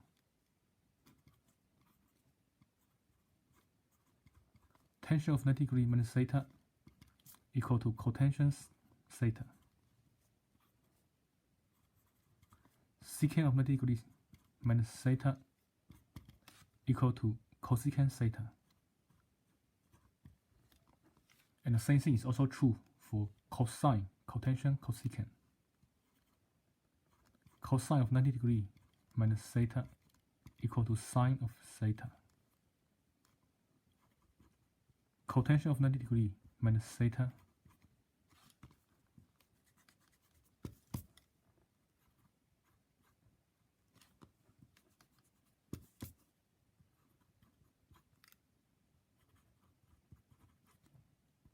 equal to tension theta.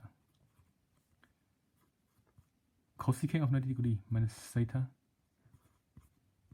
equal to secant theta. So keep this identity in mind. Keep this formula in mind.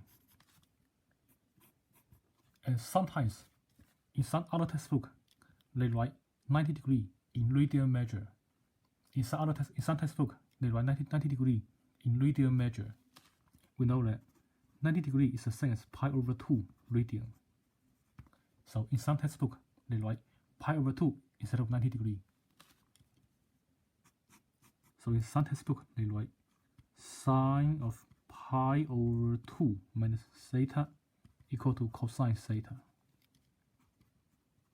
Tension of pi over 2 minus theta equal to cotension theta. Secant of pi over 2 minus theta equal to cosecant theta. Cosine of pi over 2 minus theta equal to sine theta. Cotension of pi over 2 minus theta equal to tension theta.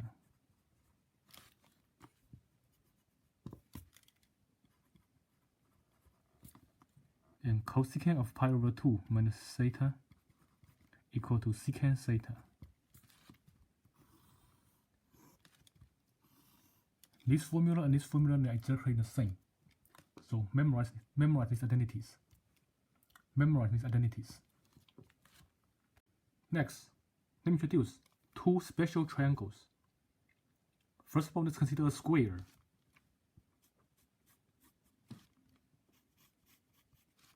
Let's consider a square.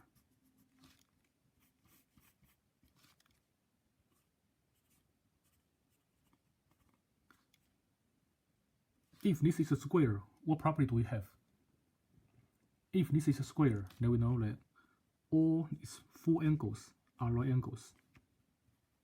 All its four angles are right angles. And all its four sides are the same. All its four sides are the same. If one side is 1 and the other sides are all 1, that's called square.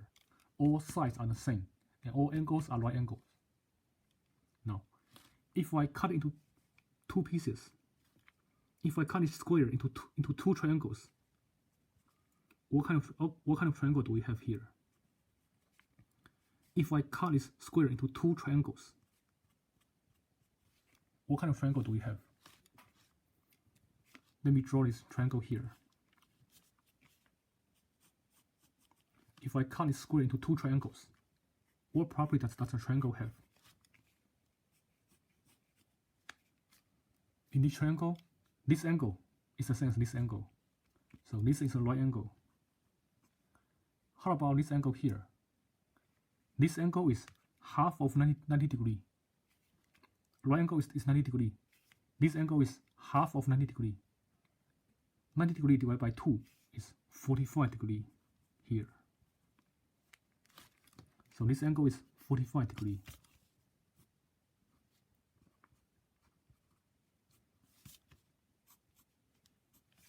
How about this angle here? This angle is also half of 90 degrees. This angle is also 45 degrees. Now, how about this side? This side is the same as this side, so it's 1. How about this side? This side is also 1. And then, how about diagonal? This side is a diagonal. What's a diagonal? If one side is missing here, we can use Pythagorean Theorem to find the missing side. In a right triangle, if one side is missing, we can use Pythagorean Theorem. We can use Pythagorean Theorem to find the missing side. Pythagorean Theorem says a squared plus b squared equal to c squared. This side is opposite to the right angle, so this side is hypotenuse. Hypotenuse is missing, so c squared is missing. Let me call these two sides a and b. So I plug in this 1 for a, plug in this 1 for b. I get 1 squared plus 1 squared is c squared. 1 squared is 1. 1 squared is 1. So c squared equal to 2, which means c equal to square root of 2. So that's a special triangle. This is half of a square. This is one of the special triangles. Keep this triangle in mind. This is one of the special triangles. Keep this triangle in mind. The three sides are 1, 1, radical 2. The angles are 45, 45, 90. This is a very, very special triangle. Keep this triangle in mind. Next, let me introduce another special triangle.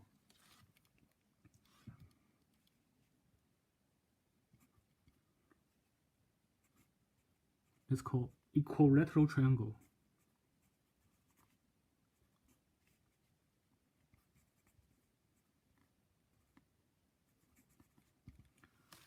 What's equilateral triangle? Equilateral triangle is a triangle all three sides are the same and all three angles are the same.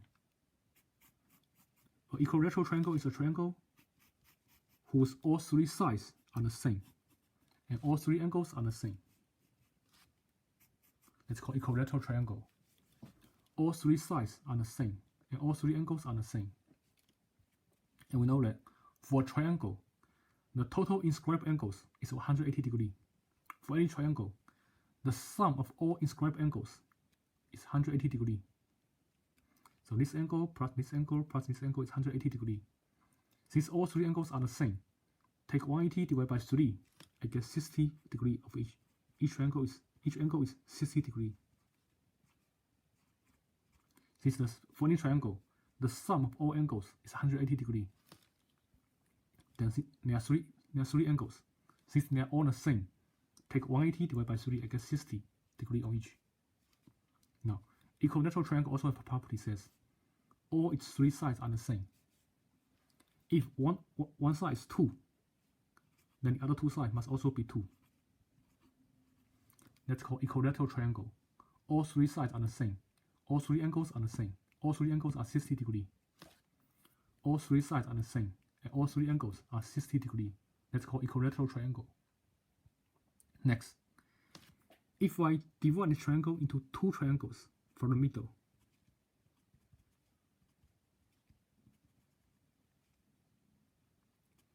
if I divide the triangle into two triangles from the middle, what do we get? We get half of these equilateral triangles. We get half of this equilateral triangle. It looks like this.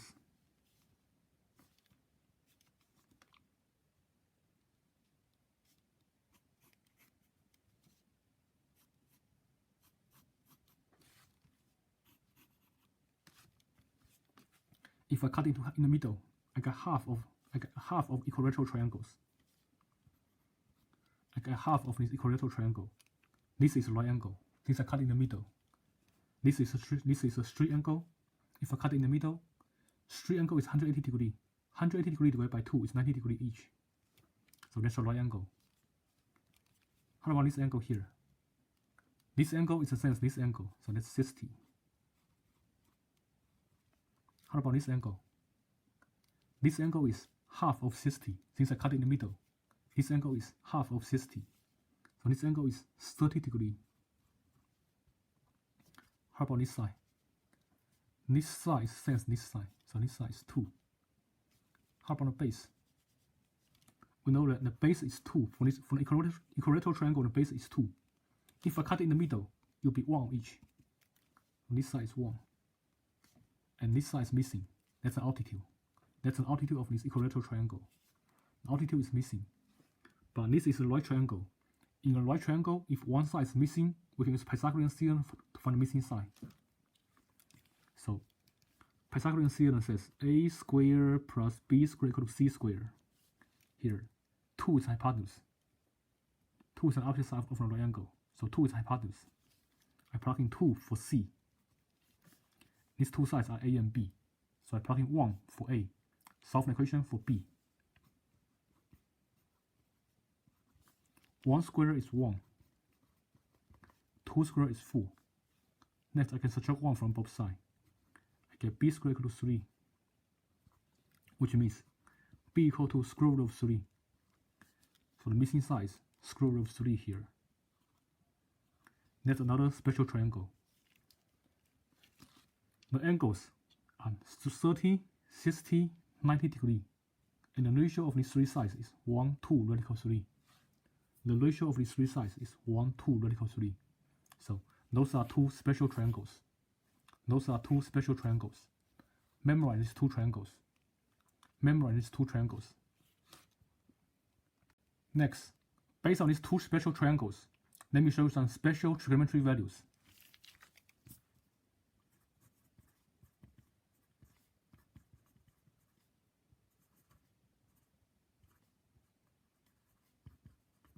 Let me show you some special trigonometry values. Let's make a table.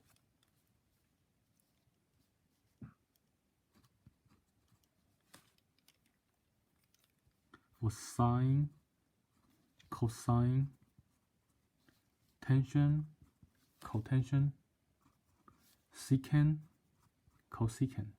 There are 6 trigonometry functions.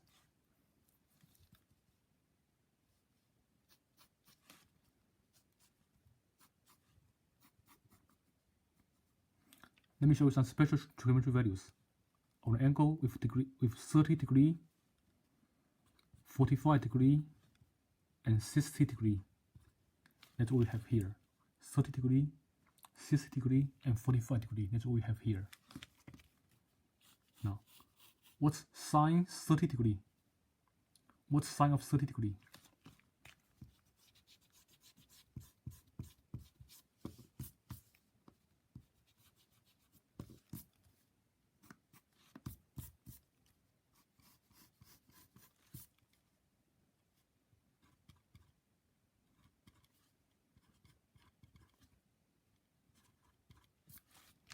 For sine 30 degree, look at the 30 degree angle here. Look at the 30 degree angle here. That's an opposite. That's adjacent. That's hypotenuse.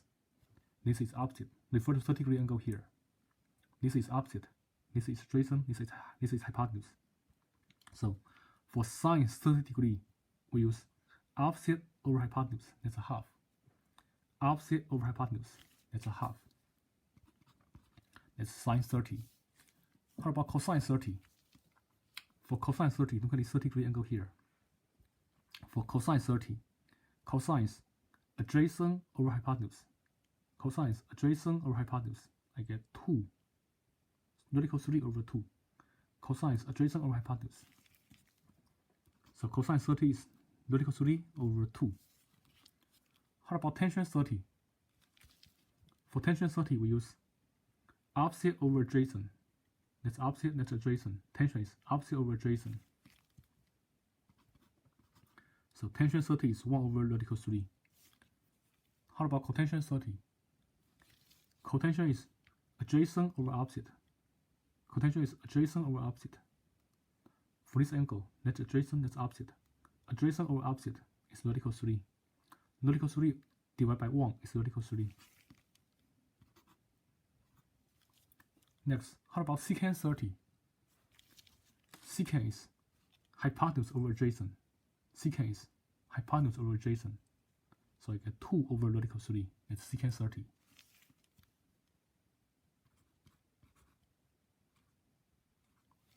How about cosecant 30? Cosecant is hypotenuse over opposite. Cosecant is hypotenuse over opposite. I get 2 over 1, which is 2. Cosecant is hypotenuse over opposite. I get 2 over 1, which is 2. So those are the special values for 30 degree angles. Next, how about 45 degree angles? How about 45 degree angle?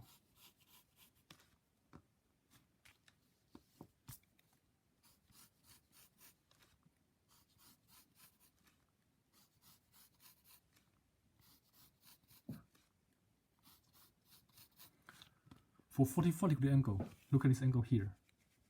For this angle, that's an opposite, that's adjacent, that's hypotenuse. For this angle, that's opposite, that's adjacent, that's hypotenuse. Sine 45. Sine is opposite over hypotenuse. Sine is opposite over hypotenuse. I get 1 over radical 2. That's sine 45. How about cosine 45? Cosine 45, that's adjacent over hypotenuse. Adjacent over hypotenuse, I also get 1 over radical 2. They are the same. Sine and cosine at 45 degree are the same. How about tangent 45 degree? Tangent is opposite over adjacent. Tangent is opposite over adjacent. 1 over 1 is 1. How about cotangent 45 degree? Cotangent is adjacent over opposite. Cotangent is adjacent over opposite. This one divided by this one. 1 over 1 is also 1. So they are the same. For tangent, cotangent at 45 degree, they are exactly the same. Now, how about secant 45 degree? Secant is always hypotenuse over adjacent. Secant is hypotenuse over adjacent. I get radical 2 over 1, which is radical 2. How about cosecant of 45 degree? For cosecant of 45 degree, cosecant is hypotenuse over opposite. Cosecant is hypotenuse over opposite. I get radical 2 over 1, which is also radical 2. So they are the same. For cosecant, secant, and cosecant, they are the same at 45 degree. For secant and cosecant, they are the same at 45 degree. Next, how about 60 degree angle? What's sine 60? 60 degree angle is here. Refer to this angle. That's an opposite. That's adjacent. That's hypotenuse. Refer to this angle. That's opposite. That's adjacent. That's hypotenuse. So for sine 60, we have opposite over hypotenuse. Radical 3 over 2.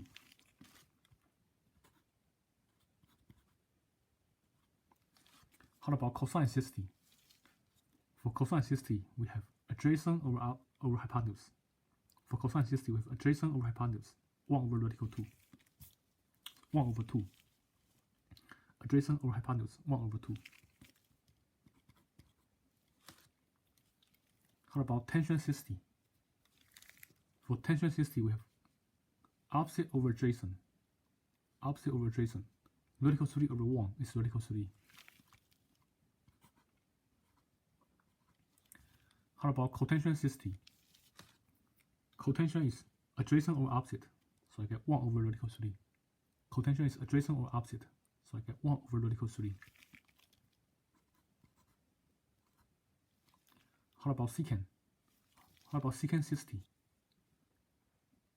Secant is hypotenuse over adjacent. Secant is hypotenuse over adjacent. I get 2 over 1, which is 2. Secant is hypotenuse over adjacent. 2 over 1 is 2. How about cosecant 60? Cosecant is hypotenuse over opposite. Cosecant is hypotenuse over opposite. I get 2 over radical 3.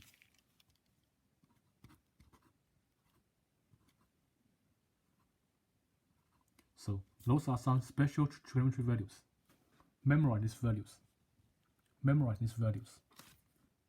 Next, let me show you some examples. Evaluate each of the following expressions. First example, 2 times sine 30 cosine 30. What's sine 30? Memorize the table. Sine of 30 degrees is a half.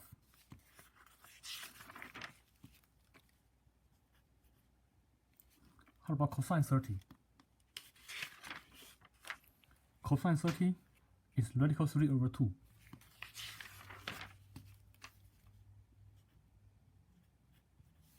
Then multiply. 2 times half get cancel. What's left is radical 3 over 2. Next example. Secant 60 times tangent 60. What's secant 60? Memorize the table. Secant 60 is 2. Secant 60 is 2.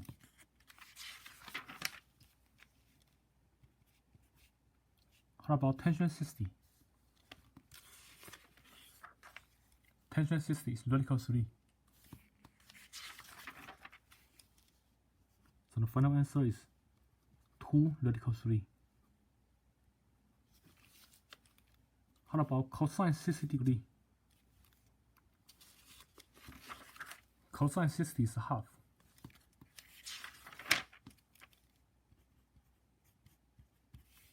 How about sine 60? Sine 60 is radical 3 over 2.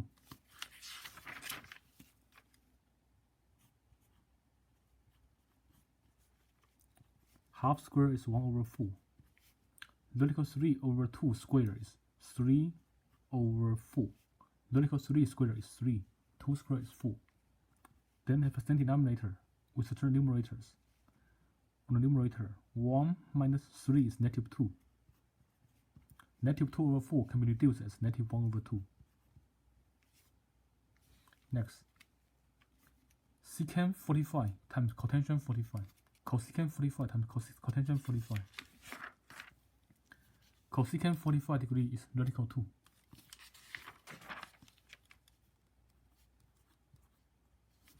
Cotension 45 degree is 1. Radical 2 times 1 is radical 2. Next, secant 30 square minus tension 30 square. What's secant 30?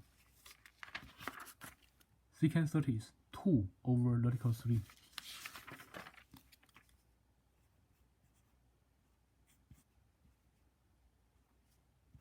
How about tension 30? Tension 30 is 1 over radical 3.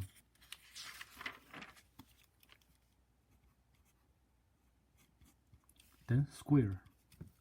When we have a fraction, we square both the top and the bottom. I get 4 over 3 minus, same thing, square top and bottom, I get 1 over 3. 4 over 3 minus 1 over 3 is 3 over 3, which is 1. Next example. Cosine 30 times cosine 45 minus sine 30 times sine 45. Cosine 30 is radical 3 over 2. Memorize the table. Cosine 45 is 1 over radical 2. Sine 30 is half.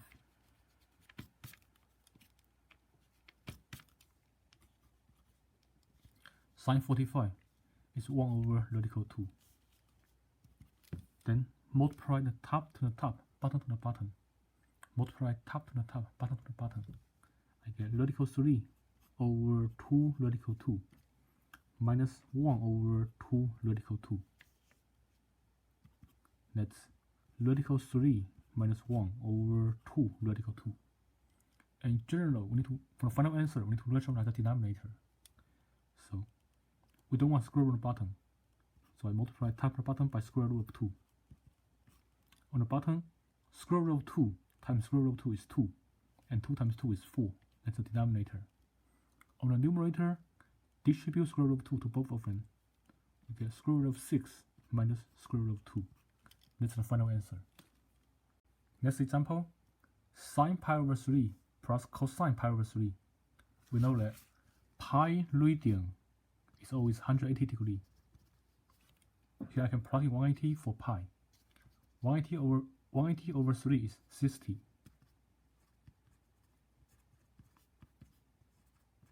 Over 3 is 60. Sine 60 is radical 3 over 2. Memorize the table. Sine 60 is radical 3 over 2. Plus cosine 60. Cosine 60 is 1 over 2. Together, that's radical 3 plus 1 over 2. Next example. Tension pi over 4 times secant pi over 4. Pi is 180. 180 divided by 4 is 45. We get tension 45 times secant 45. Tension 45 is 1. Memorize the table. Tension of 45 degrees is 1. Secant of 45 degrees is radical 2. Then multiply. 1 times radical 2 is radical 2. Next example. Pi is 180. Pi radian is 180 degrees. 180 over 3 is 60. Pi is 180 degrees. 180 over 6 is 30.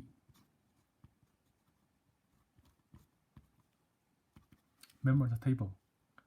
Cosine 60 degrees is a half. Sine 30 degrees is also half. It's half plus 2 times half square. Half square is a quarter. 2 times a quarter is a half. Half plus half is 1. Next, cosecant pi over 6 times cotension pi over 6. Pi radian is 180 degrees. If we plug in 180, 180 divided by 6 is 30. We get cosecant of 30 degrees times cotension of 30 degrees. Remember the table. Cosecant of 30 degrees is 2. Cotension of 30 degrees is radical 3. Multiply together, that's 2 radical 3.